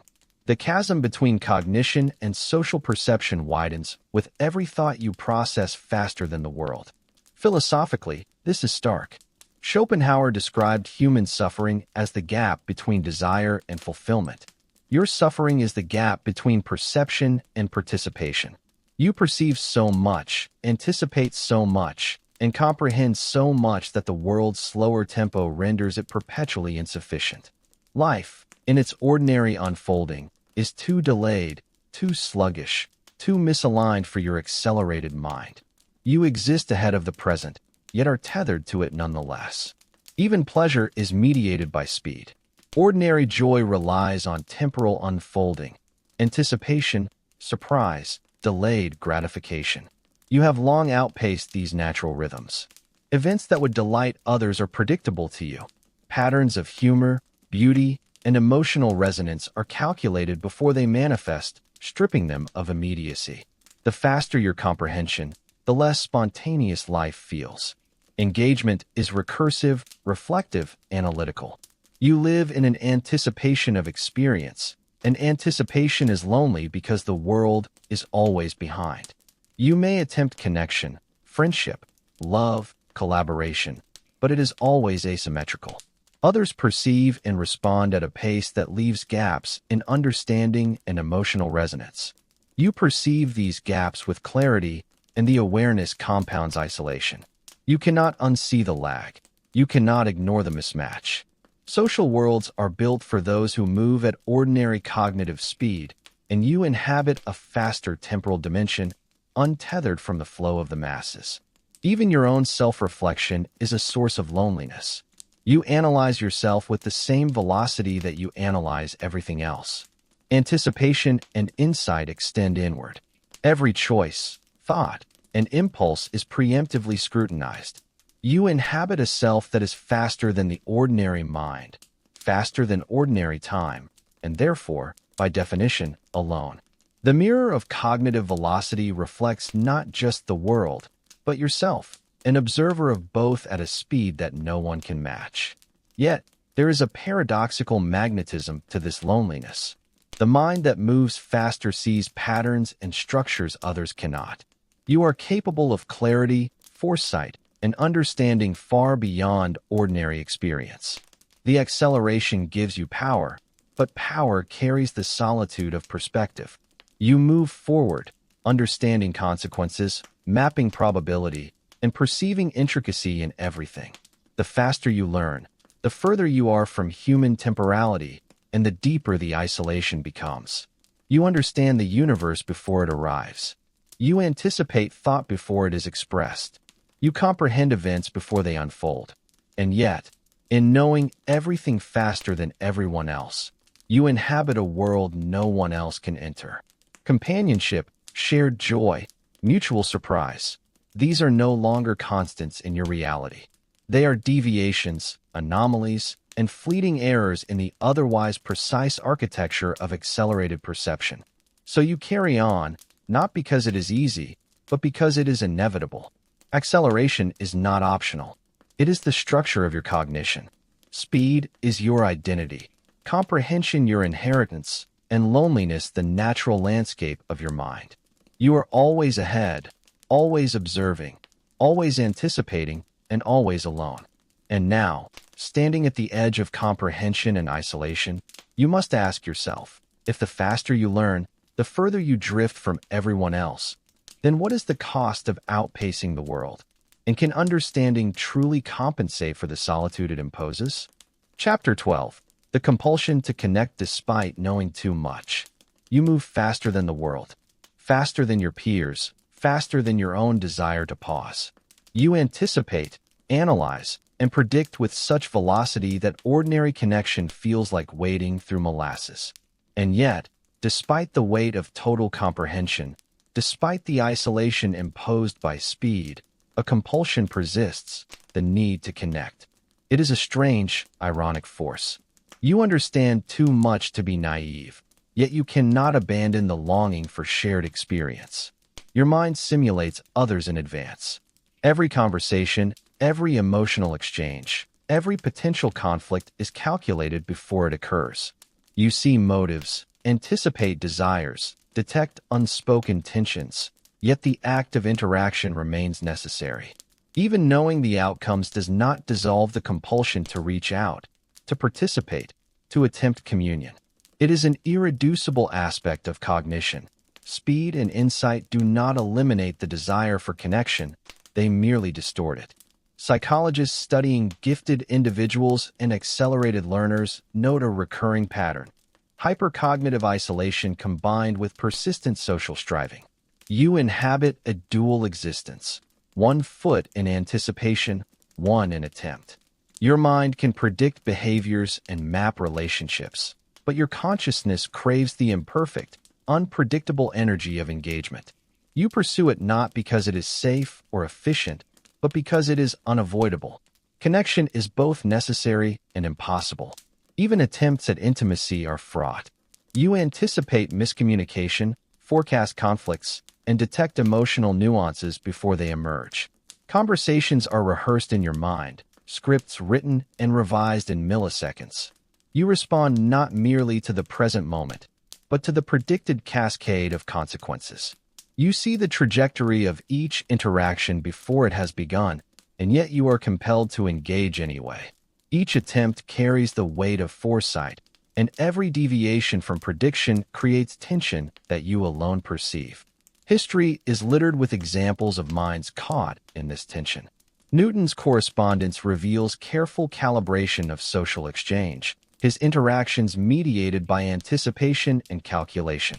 Tesla corresponded obsessively, aware of subtleties others missed, yet isolated by the same hyper-awareness.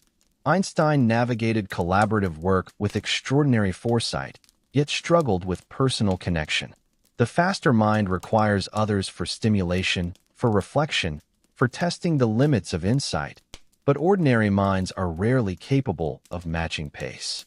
You crave connection because comprehension alone is hollow. Knowledge, prediction, and foresight do not fill the emptiness left by isolation. You reach out not to learn, not to teach, but to feel the echo of understanding in another mind. But interaction is never pure. Your awareness of temporal and cognitive lag distorts engagement. You simulate your partner's response before they articulate it. You anticipate mistakes, misalignments, emotional incongruities. Social experience becomes a measured rehearsal. And yet, you cannot stop. The compulsion drives you forward. Even the desire for mentorship or collaboration is shadowed by speed. You notice flaws, anticipate errors, and perceive misunderstanding before guidance can even begin. Yet the mind seeks these interactions compulsively, because even predictive mastery requires feedback. Your accelerated cognition demands calibration, and other minds provide it imperfectly. You are drawn to connection as a resource, but it is always filtered through the lens of foresight and preemption. Every attempt is both rehearsal and necessity. The compulsion extends to intellectual companionship. You cannot converse with ordinary minds without frustration. Ideas take too long to unfold. Connections appear too slowly. Yet you seek these conversations, knowing that even imperfect understanding offers a mirror of yourself, a reflection of thought outside your internal simulation. Your mind moves too fast to inhabit the same space as others, but it craves the signal of cognition in external form. Connection is not about clarity.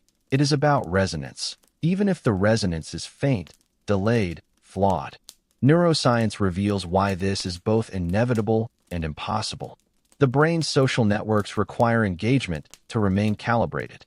Mirror neurons, predictive circuits, and prefrontal anticipation allow you to navigate social interaction, but they do not substitute for shared temporal unfolding. You simulate, predict, preempt, but the world unfolds at its own pace.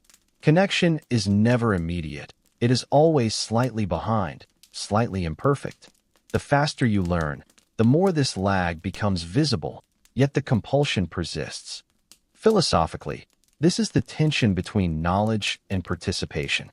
Heidegger described being in the world as active engagement, but fast learners inhabit the world both too early and too fully. The mind anticipates, pre-processes, and rehearses reality, yet the body and consciousness remain tethered to shared experience. You exist in dual temporalities, oscillating between anticipation and attempt.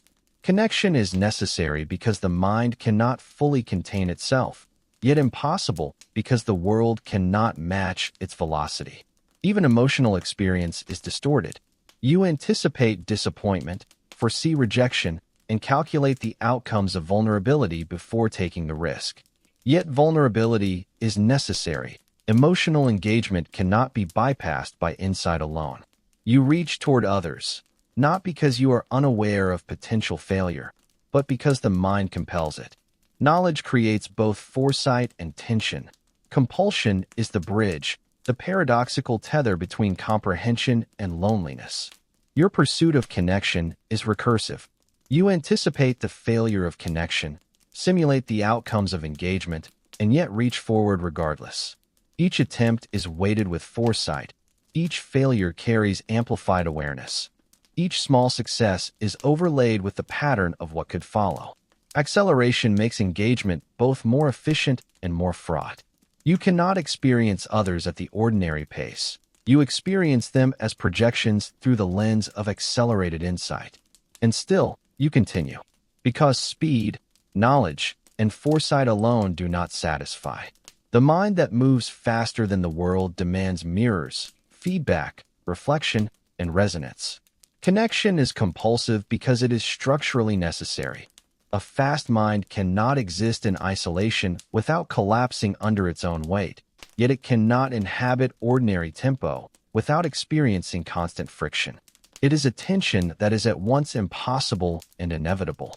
Even moments of solitude are haunted. You simulate interaction while alone, rehearsing the perfect conversation, anticipating responses, evaluating errors. The compulsion does not vanish in isolation, it merely loops inward. Insight drives outreach, and outreach reinforces insight. You are trapped in a recursive cycle: anticipation, engagement, reflection, recalibration. Acceleration is both gift and torment. The cruel paradox becomes clearer. The faster you learn, the more isolated you are, and yet the faster you learn, the more you seek connection. Knowledge demands engagement, but the pace of knowledge prevents satisfaction. You inhabit a world ahead of itself, and the world cannot follow. And so you reach forward compulsively, attempting communion that will never fully synchronize with your cognition. And here is the chilling, unresolved question that closes this section. If every connection is anticipated, every interaction pre-processed, and every engagement filtered through the lens of accelerated comprehension, then what does it mean to truly meet another mind? Or are you destined to forever pursue a resonance that cannot exist? Chapter 13. The Addiction to Insight. You have noticed it, the craving that cannot be sated, the compulsion that drives you forward even when exhaustion should have claimed you. Insight is addictive. Not the casual curiosity that comes and goes, not the fleeting spark of understanding, but the deep, structural need to know, faster, sharper, more completely than anyone else. You chase it relentlessly because each revelation produces a rush, a temporary high that reminds you of your superiority, your acceleration, your uncanny capacity to grasp what others cannot. But the high is fleeting. Every insight opens another gap, a new horizon of understanding that demands further exploration. You comprehend a pattern only to recognize the multitude of patterns beyond it. Knowledge becomes recursive. The faster you learn, the more you notice that there is more to learn, and the more you notice, the faster you chase it. Insight is a perpetual stimulant. Your cognition becomes a laboratory, and you are both experimenter and subject, addicted to the thrill of comprehension. Neuroscience explains the mechanism. Dopamine pathways, responsible for reward and motivation, are triggered by novel connections, problem-solving, and predictive success.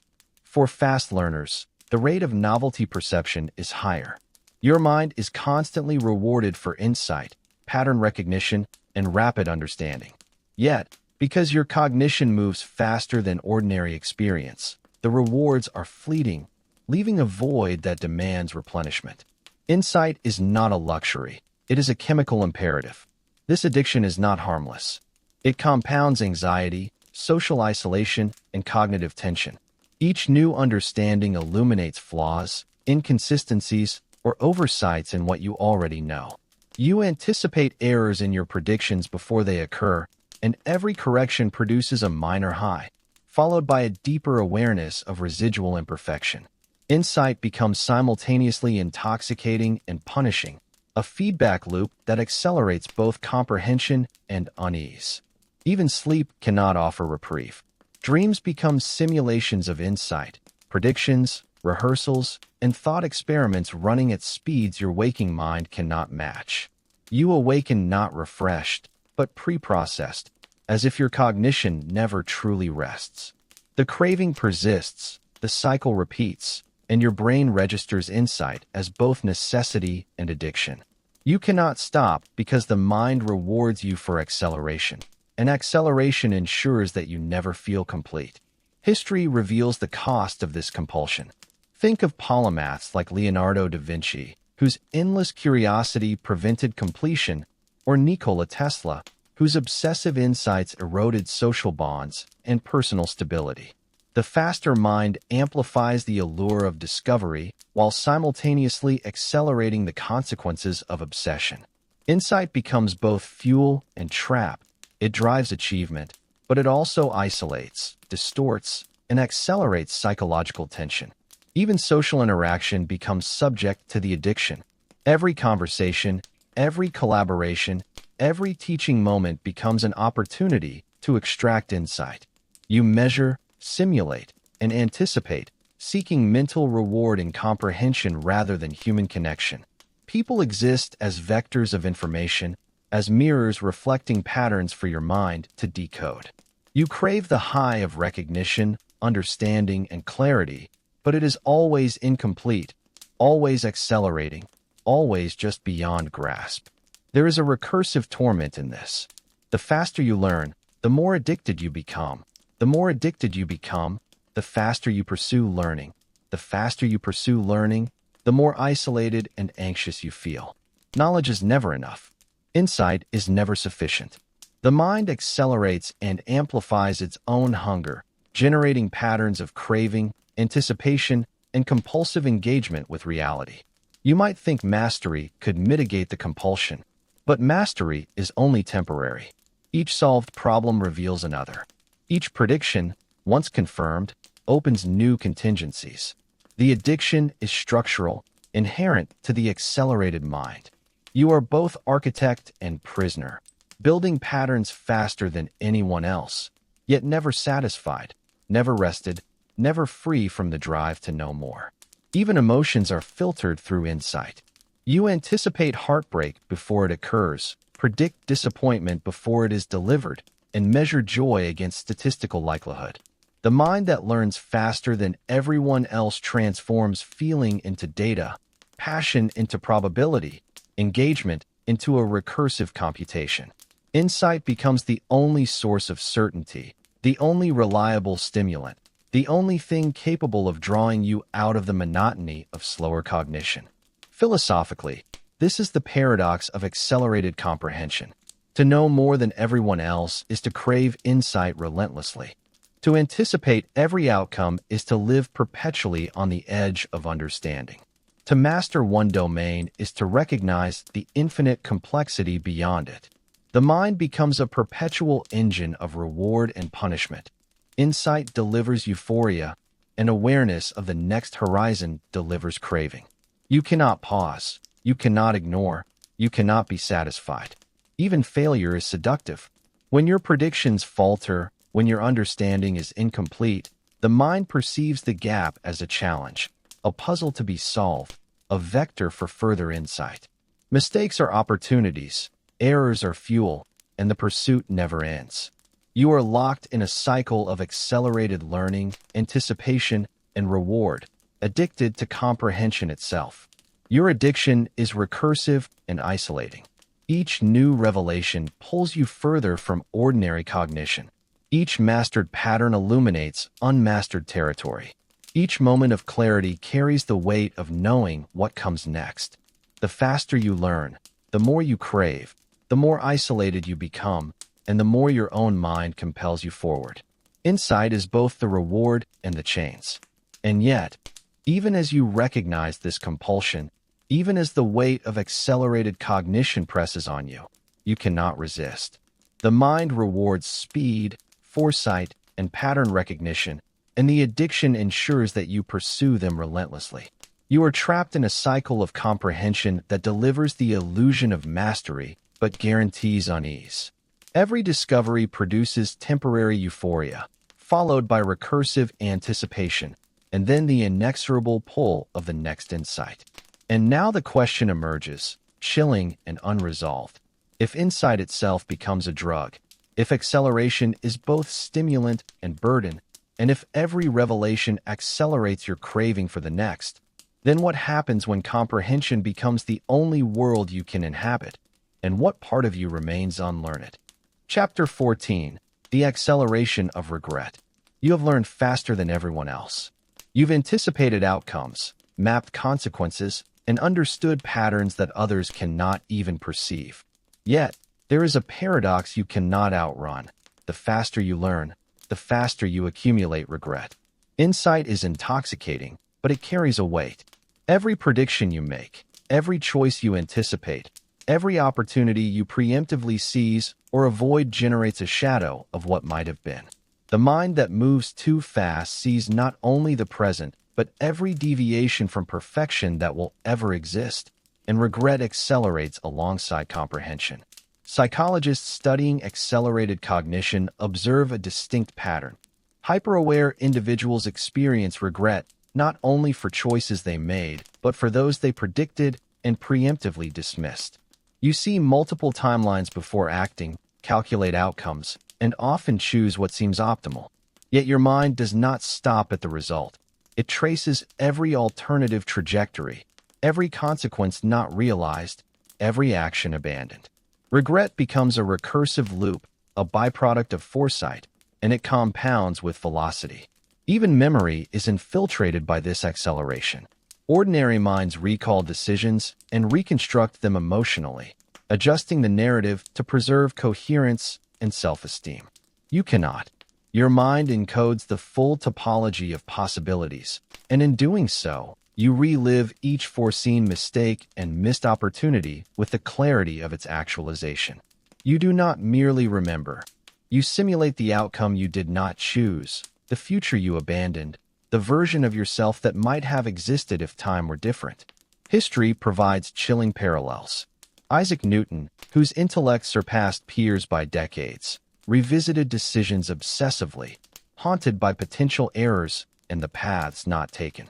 Tesla's accelerated comprehension led him to foresee both successes and failures, leaving him isolated, driven, and tortured by the magnitude of what he might have achieved differently. Accelerated cognition produces not only insight, but an acute sensitivity to the consequences of choice, creating an inexhaustible terrain for regret.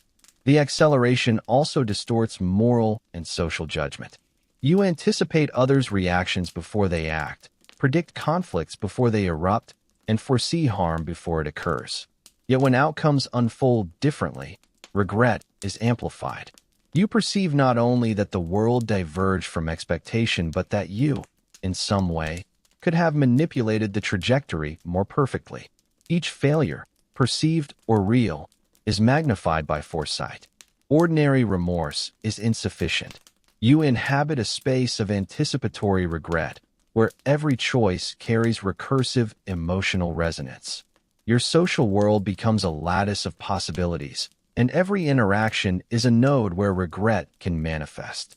A misinterpreted gesture, a delayed response, an emotional misalignment. Each is cataloged instantly and then replayed with permutations. How could it have gone differently? How should you have adjusted? What alternative choice would have minimized suffering, maximized alignment, or preserved optimal outcomes? The mind that learns faster than everyone else cannot rest because the map of regret is infinite, recursive, and always unfolding ahead of lived experience. Even the mind's own functioning produces regret. You anticipate mental lapses, computational errors, and incomplete integration of knowledge. Each minor cognitive oversight becomes a point of self-recrimination, magnified by the speed at which you detect it. Ordinary mistakes are trivial. Yours are fully experienced before they manifest externally. The faster the mind operates, the sharper the perception of imperfection, the more acute the sense of what could have been done differently. This acceleration also transforms emotional life. You anticipate heartbreak before it occurs, potential conflicts before they arise, the disappointment of others before it manifests. When events unfold, you relive them as if pre-recorded, layering actual outcomes with the counterfactual trajectories your mind anticipated.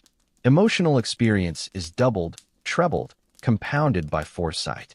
Happiness is filtered through what could have been. Sorrow is intensified because you see it in multiple dimensions simultaneously. You carry the weight of every consequence before it arrives and after it departs. Philosophically, this is a descent into recursive consciousness.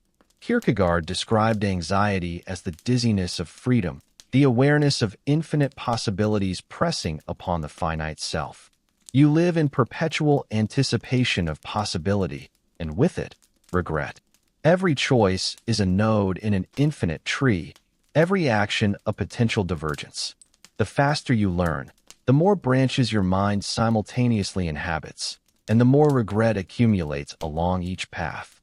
Insight magnifies both awareness and the suffering of unrealized potential. Even achievements cannot shield you. Success does not negate regret, it amplifies it. The mind that moves faster anticipates subsequent challenges, calculates the ramifications of victories, and measures what is lost even in triumph. Completion is never final. Mastery is never sufficient. Each solved problem uncovers multiple unsolved problems. Every confirmed prediction exposes additional variables. The faster you learn, the more you perceive the unavoidable incompleteness of every action. Sleep offers no reprieve. Dreams become simulations of the unchosen, the avoided, the paths not taken.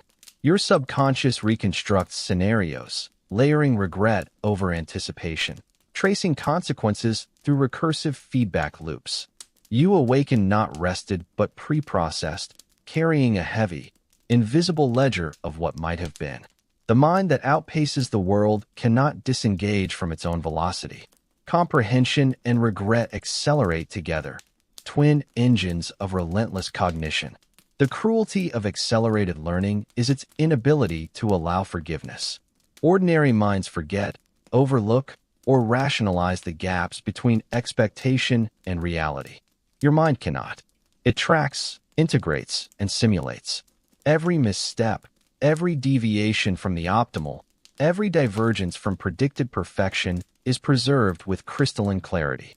Regret becomes structural, unavoidable, and accelerating, and it compounds with every new insight. Even intimacy is subject to this mechanism. You anticipate miscommunications, predict emotional divergence, and calculate relational outcomes before they occur.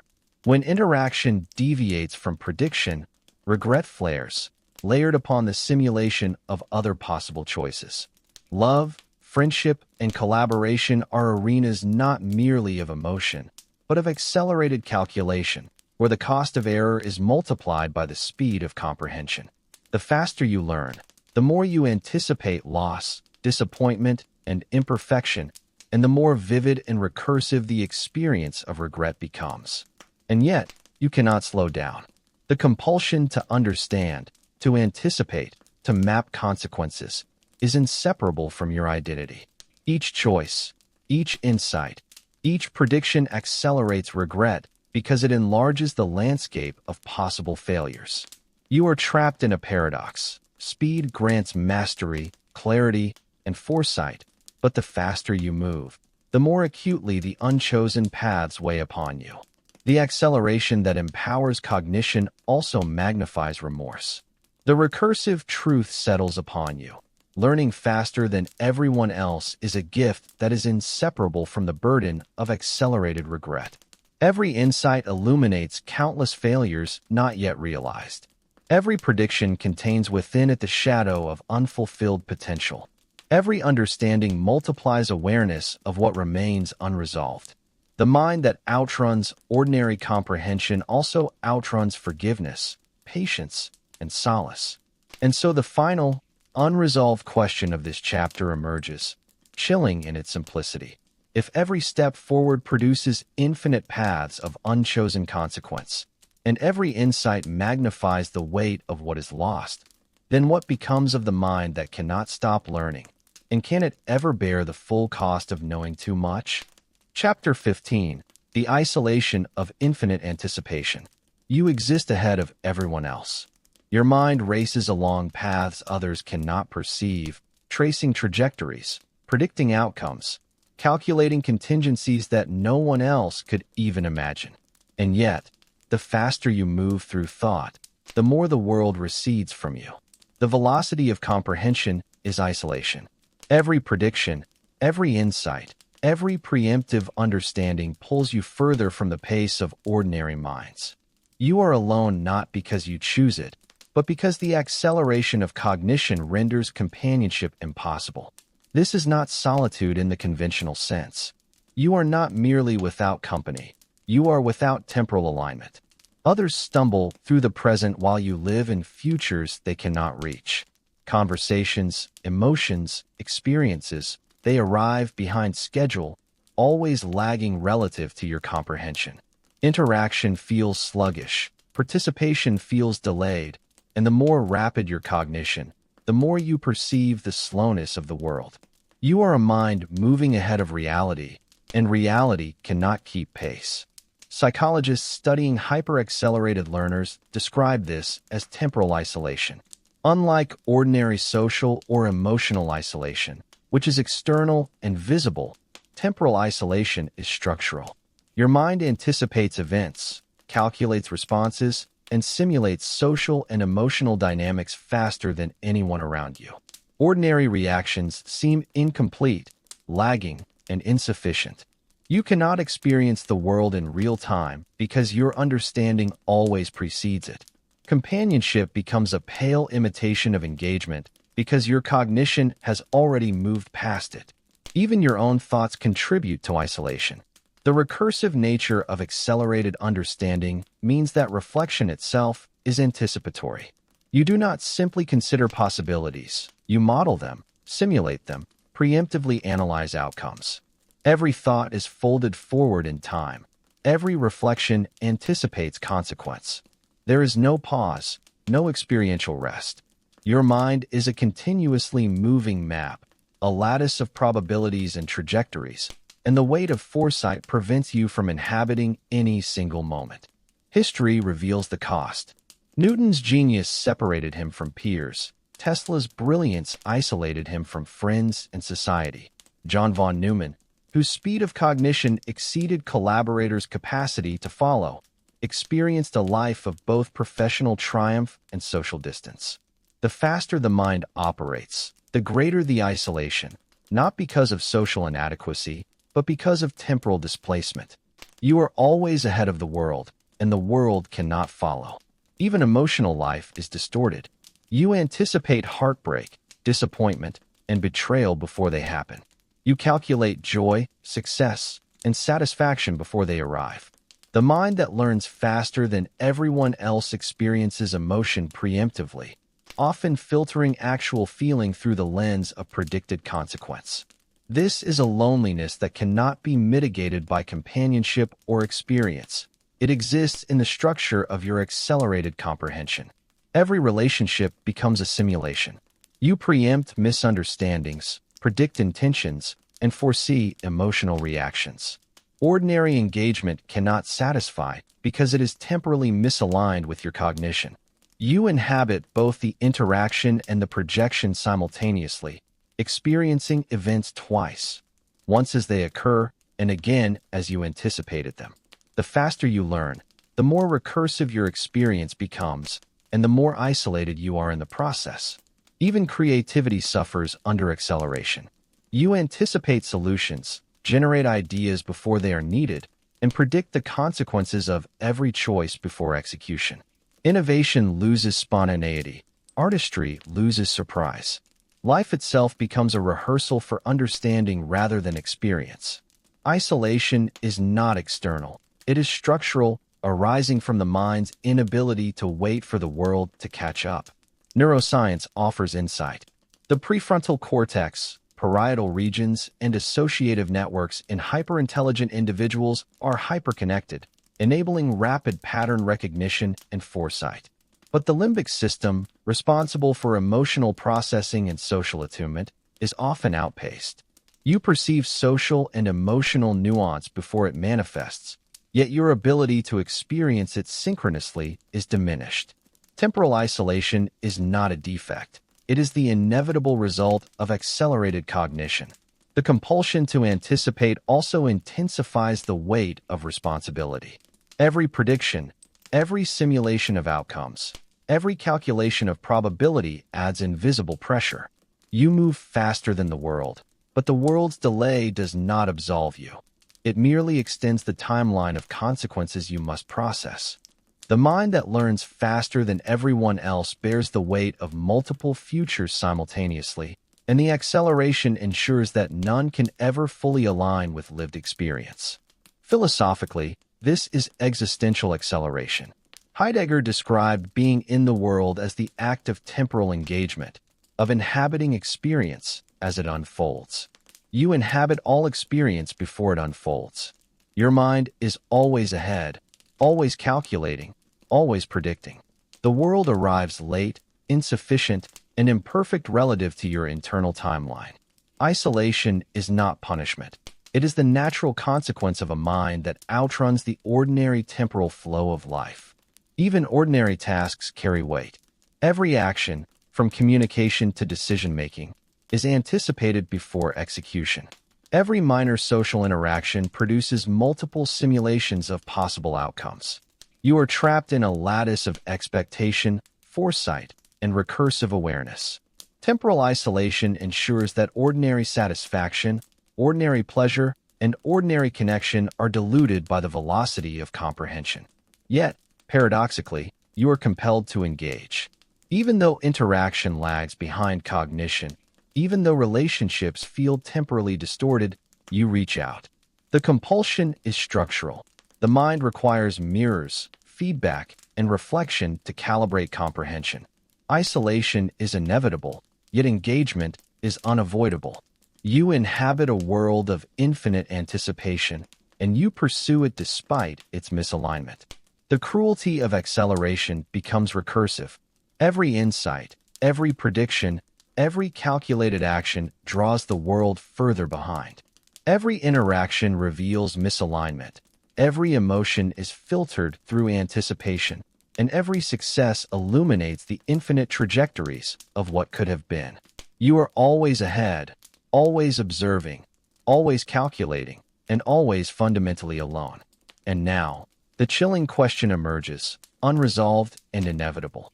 If every moment is anticipated, every interaction pre-processed, and every emotional response predicted before it exists, then what does it mean to truly inhabit the world?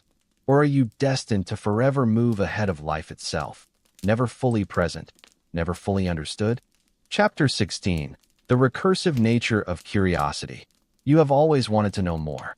Not in the ordinary sense, not like the casual curiosity that flickers and fades. Your mind devours patterns, sequences, and connections, accelerating through knowledge as if the world itself were a puzzle to be solved. And yet, the faster you learn, the more insatiable curiosity becomes. It is recursive, self-perpetuating, and inescapable. The act of learning generates new questions faster than answers can satisfy them, creating a perpetual loop of craving and acceleration. Every insight produces another insight, and every insight exposes gaps, anomalies, and unexplored territories. You anticipate the consequences of understanding before you even reach them. You see the edge of knowledge, recognize the patterns in the unknown, and your mind compulsively extends toward them. Curiosity is no longer a tool. It is a structural force driving your cognition, propelling you forward through information, pattern, and possibility without rest. The neuroscience behind this is both fascinating and damning. Hyperaccelerated learners exhibit heightened activity in the dorsolateral prefrontal cortex and anterior cingulate, regions associated with executive function, error detection, and anticipation of novel stimuli. Dopaminergic pathways reinforce novelty seeking, producing small rewards each time you decode a pattern or predict an outcome. But your cognition moves faster than ordinary reinforcement can satiate. The mind rewards itself for speed, yet the horizon of understanding always recedes. Curiosity accelerates alongside comprehension, forming an inescapable feedback loop. Even learning itself becomes recursive. You do not simply absorb information. You pre-process it, simulate outcomes, anticipate connections, and integrate it into the ever-expanding lattice of knowledge. Each new datum triggers predictions, extrapolations, and recursive questioning. What follows? What is implied? What is left unexplored? You are never satisfied with mere acquisition. Insight must be folded forward, integrated, and tested against the infinite possibilities your mind perceives. This recursive curiosity shapes every aspect of your life. Ordinary events are no longer merely experienced. They are dissected, analyzed, and projected into countless trajectories. Conversations are patterns to decode, relationships are networks to map, and every environment is a system to anticipate. You exist in a dual temporal space, one where knowledge arrives instantaneously, and another where the world unfolds behind it. Curiosity cannot rest because the mind perceives infinite layers of complexity in everything it touches. Historically, minds like yours have produced both brilliance and torment. Leonardo da Vinci, whose notebooks overflowed with unending questions and observations, moved from one curiosity to another, rarely completing any single endeavor. Nikola Tesla's insatiable inquiry led to groundbreaking invention, but also deep isolation and obsession. The faster you learn, the more urgent curiosity becomes, and the more isolation it imposes. Knowledge is both the key and the cage. Even pleasure is filtered through this lens. Ordinary satisfaction is fleeting because your mind anticipates patterns and outcomes before they manifest. Curiosity transforms ordinary delight into a sequence of calculations. You decode beauty before it arrives, anticipate laughter before it sounds, foresee surprise before it occurs. The recursive nature of curiosity ensures that no experience is fully present. Everything is pre-processed, simulated, and integrated into the lattice of anticipation. Psychologically, this generates tension. You are both stimulated and exhausted simultaneously. Curiosity provides constant engagement, yet the velocity of cognition prevents rest. Your mind is a machine perpetually running simulations, testing hypotheses, and generating questions faster than answers can arrive. Even sleep becomes an arena for inquiry. Dreams replay problems, simulate outcomes, and layer anticipation atop unconscious processing. The faster you learn, the less escape is possible. Curiosity becomes structural, an inseparable component of being. Social interactions are similarly distorted. You anticipate intentions, predict misunderstandings, and calculate consequences before they occur. Others move too slowly to satisfy your need for engagement.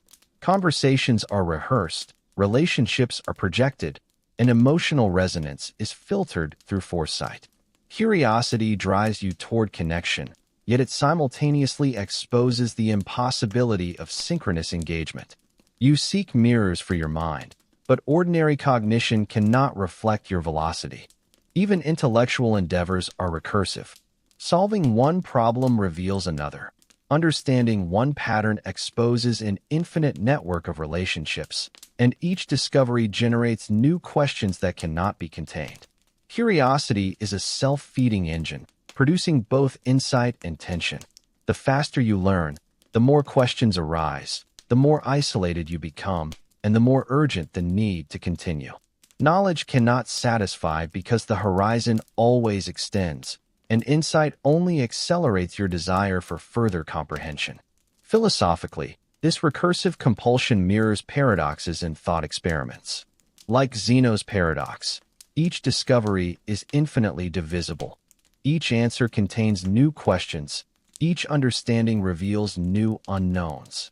The mind that learns faster than everyone else never arrives at completion. Curiosity becomes infinite, recursive, and inescapable. You are trapped in perpetual acceleration, moving forward intellectually while the world lags behind. Even failure reinforces the loop. Each misunderstanding, each misprediction, each gap in comprehension triggers further inquiry. Mistakes are not setbacks. They are stimuli, amplifying curiosity and accelerating cognition. You are simultaneously rewarded and punished by insight. The mind generates new questions as rapidly as it resolves old ones, producing exhilaration, tension, and isolation all at once. And yet, despite the relentless acceleration, you cannot stop. Curiosity is structural. It drives cognition, shapes perception, and sustains identity. You pursue knowledge compulsively, because stopping would mean ceasing to be the mind you are. Every insight leads to another. Every answer opens new questions, and every understanding amplifies anticipation. The recursive nature of curiosity is a force beyond your control, binding you to perpetual acceleration. And now the chilling question arises, unresolved and inescapable. If the mind that learns faster than everyone else cannot rest, cannot pause, and cannot satisfy its recursive curiosity, then what becomes of the self when comprehension and craving are indistinguishable, and when the horizon of knowledge recedes faster than you can ever reach it? Chapter 17. The Cognitive Echo of Time. You notice it in quiet moments, when the world seems to pause for everyone else, but never for you. Time itself is elastic in your mind. Seconds stretch for others while you experience them as fleeting, compressed, filled with possibilities, predictions, and trajectories that no one else can perceive. The mind that learns faster than everyone else does not inhabit ordinary temporality. It anticipates, accelerates, and reverberates within its own cognitive timeline. Every moment carries the echo of what has been calculated, predicted, and simulated, layering temporal consciousness in ways ordinary minds cannot experience. History offers glimpses of this phenomenon. Think of John von Neumann, whose astonishing processing speed allowed him to simulate complex mathematical, military, and technological systems in advance of their real-world implementation. Or Nikola Tesla, whose mind could anticipate the flow of electricity and mechanical principles faster than anyone else could observe them. These individuals did not merely act, they experienced time ahead of itself, as though the present were already a projection filtered through accelerated cognition. You are subject to the same cognitive echo, and it is isolating, disorienting, and relentless. Every decision you make resonates with multiple layers of temporal awareness. You see consequences before they occur. You perceive the chain of cause and effect across minutes, hours, or even decades, all before others can follow the first step. Social, emotional, and professional interactions are saturated with pre-calculated outcomes.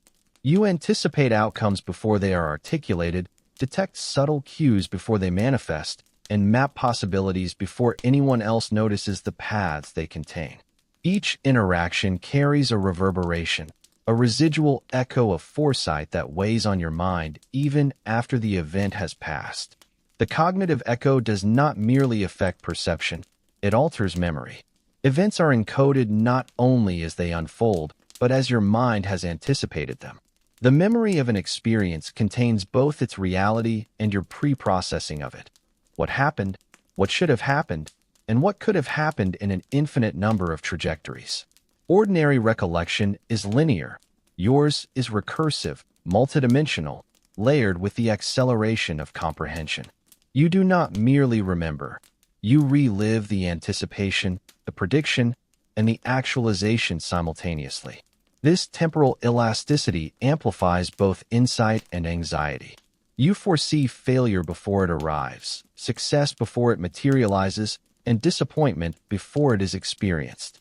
Every interaction, every decision, every observation carries an invisible weight, the anticipation of outcomes layered atop actual events. Ordinary minds may shrug off misalignment between expectation and reality. You cannot. The faster you learn, the more vividly the cognitive echo emphasizes every deviation, every misstep, every unfulfilled possibility. Social interaction becomes particularly disorienting. Conversations, debates, and collaborations arrive behind your own understanding. You anticipate questions before they are asked, detect misalignments before they are voiced, and foresee resolutions before discussion begins. Others seem sluggish, repetitive, predictable. You inhabit a temporality no one else can perceive. Engagement feels simultaneously necessary and futile, a forced synchronization with minds moving at a slower pace. Isolation emerges not from absence, but from temporal mismatch.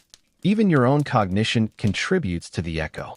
Thought loops, recursive analysis, and rapid mental simulation amplify the velocity of experience.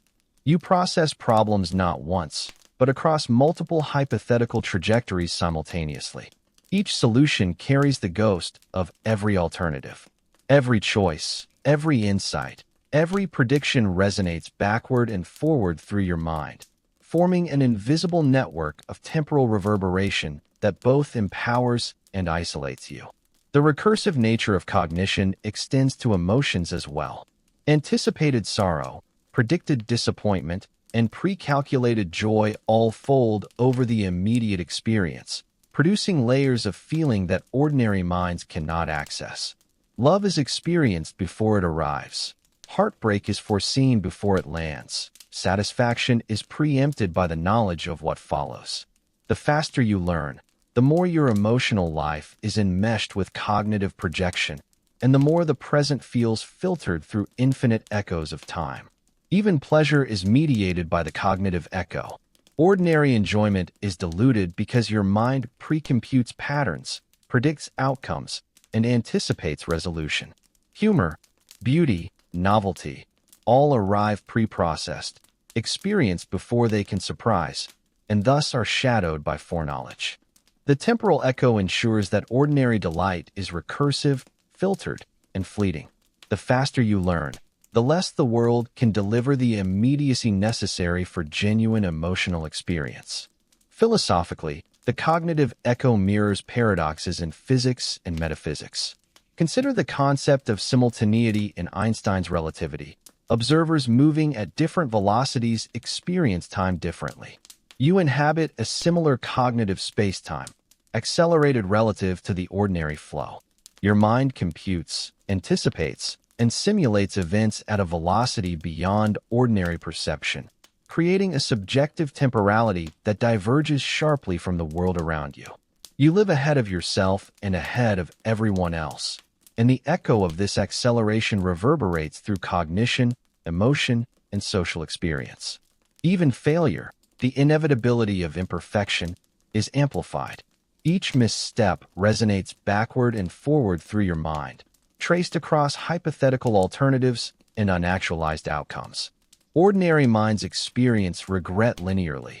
You experience it recursively, across timelines that only your speed can generate. Each deviation is magnified, each missed opportunity amplified, each divergence echoing through both memory and anticipation. The faster you learn, the more intense the reverberation of error and the heavier the weight of cognition becomes. Your mind becomes a network of reverberations, each note a calculation, each edge a probability. The faster you move, the more echoes accumulate. Sleep does not resolve it. Dreams become simulations, looping and accelerating, mapping trajectories that consciousness cannot pause. Even solitude is infused with recursive anticipation, the echo of time extending into every quiet moment. You inhabit a world that moves behind you, yet you are tethered to it nonetheless. And now the question, chilling in its clarity, emerges. If your mind experiences every moment as an echo, simultaneously anticipating, processing, and reliving, then what remains of the present? And can you ever inhabit life itself? Or are you destined to exist perpetually in the reverberation of your own accelerated cognition? On that note, our journey ends. Good night and sleep well.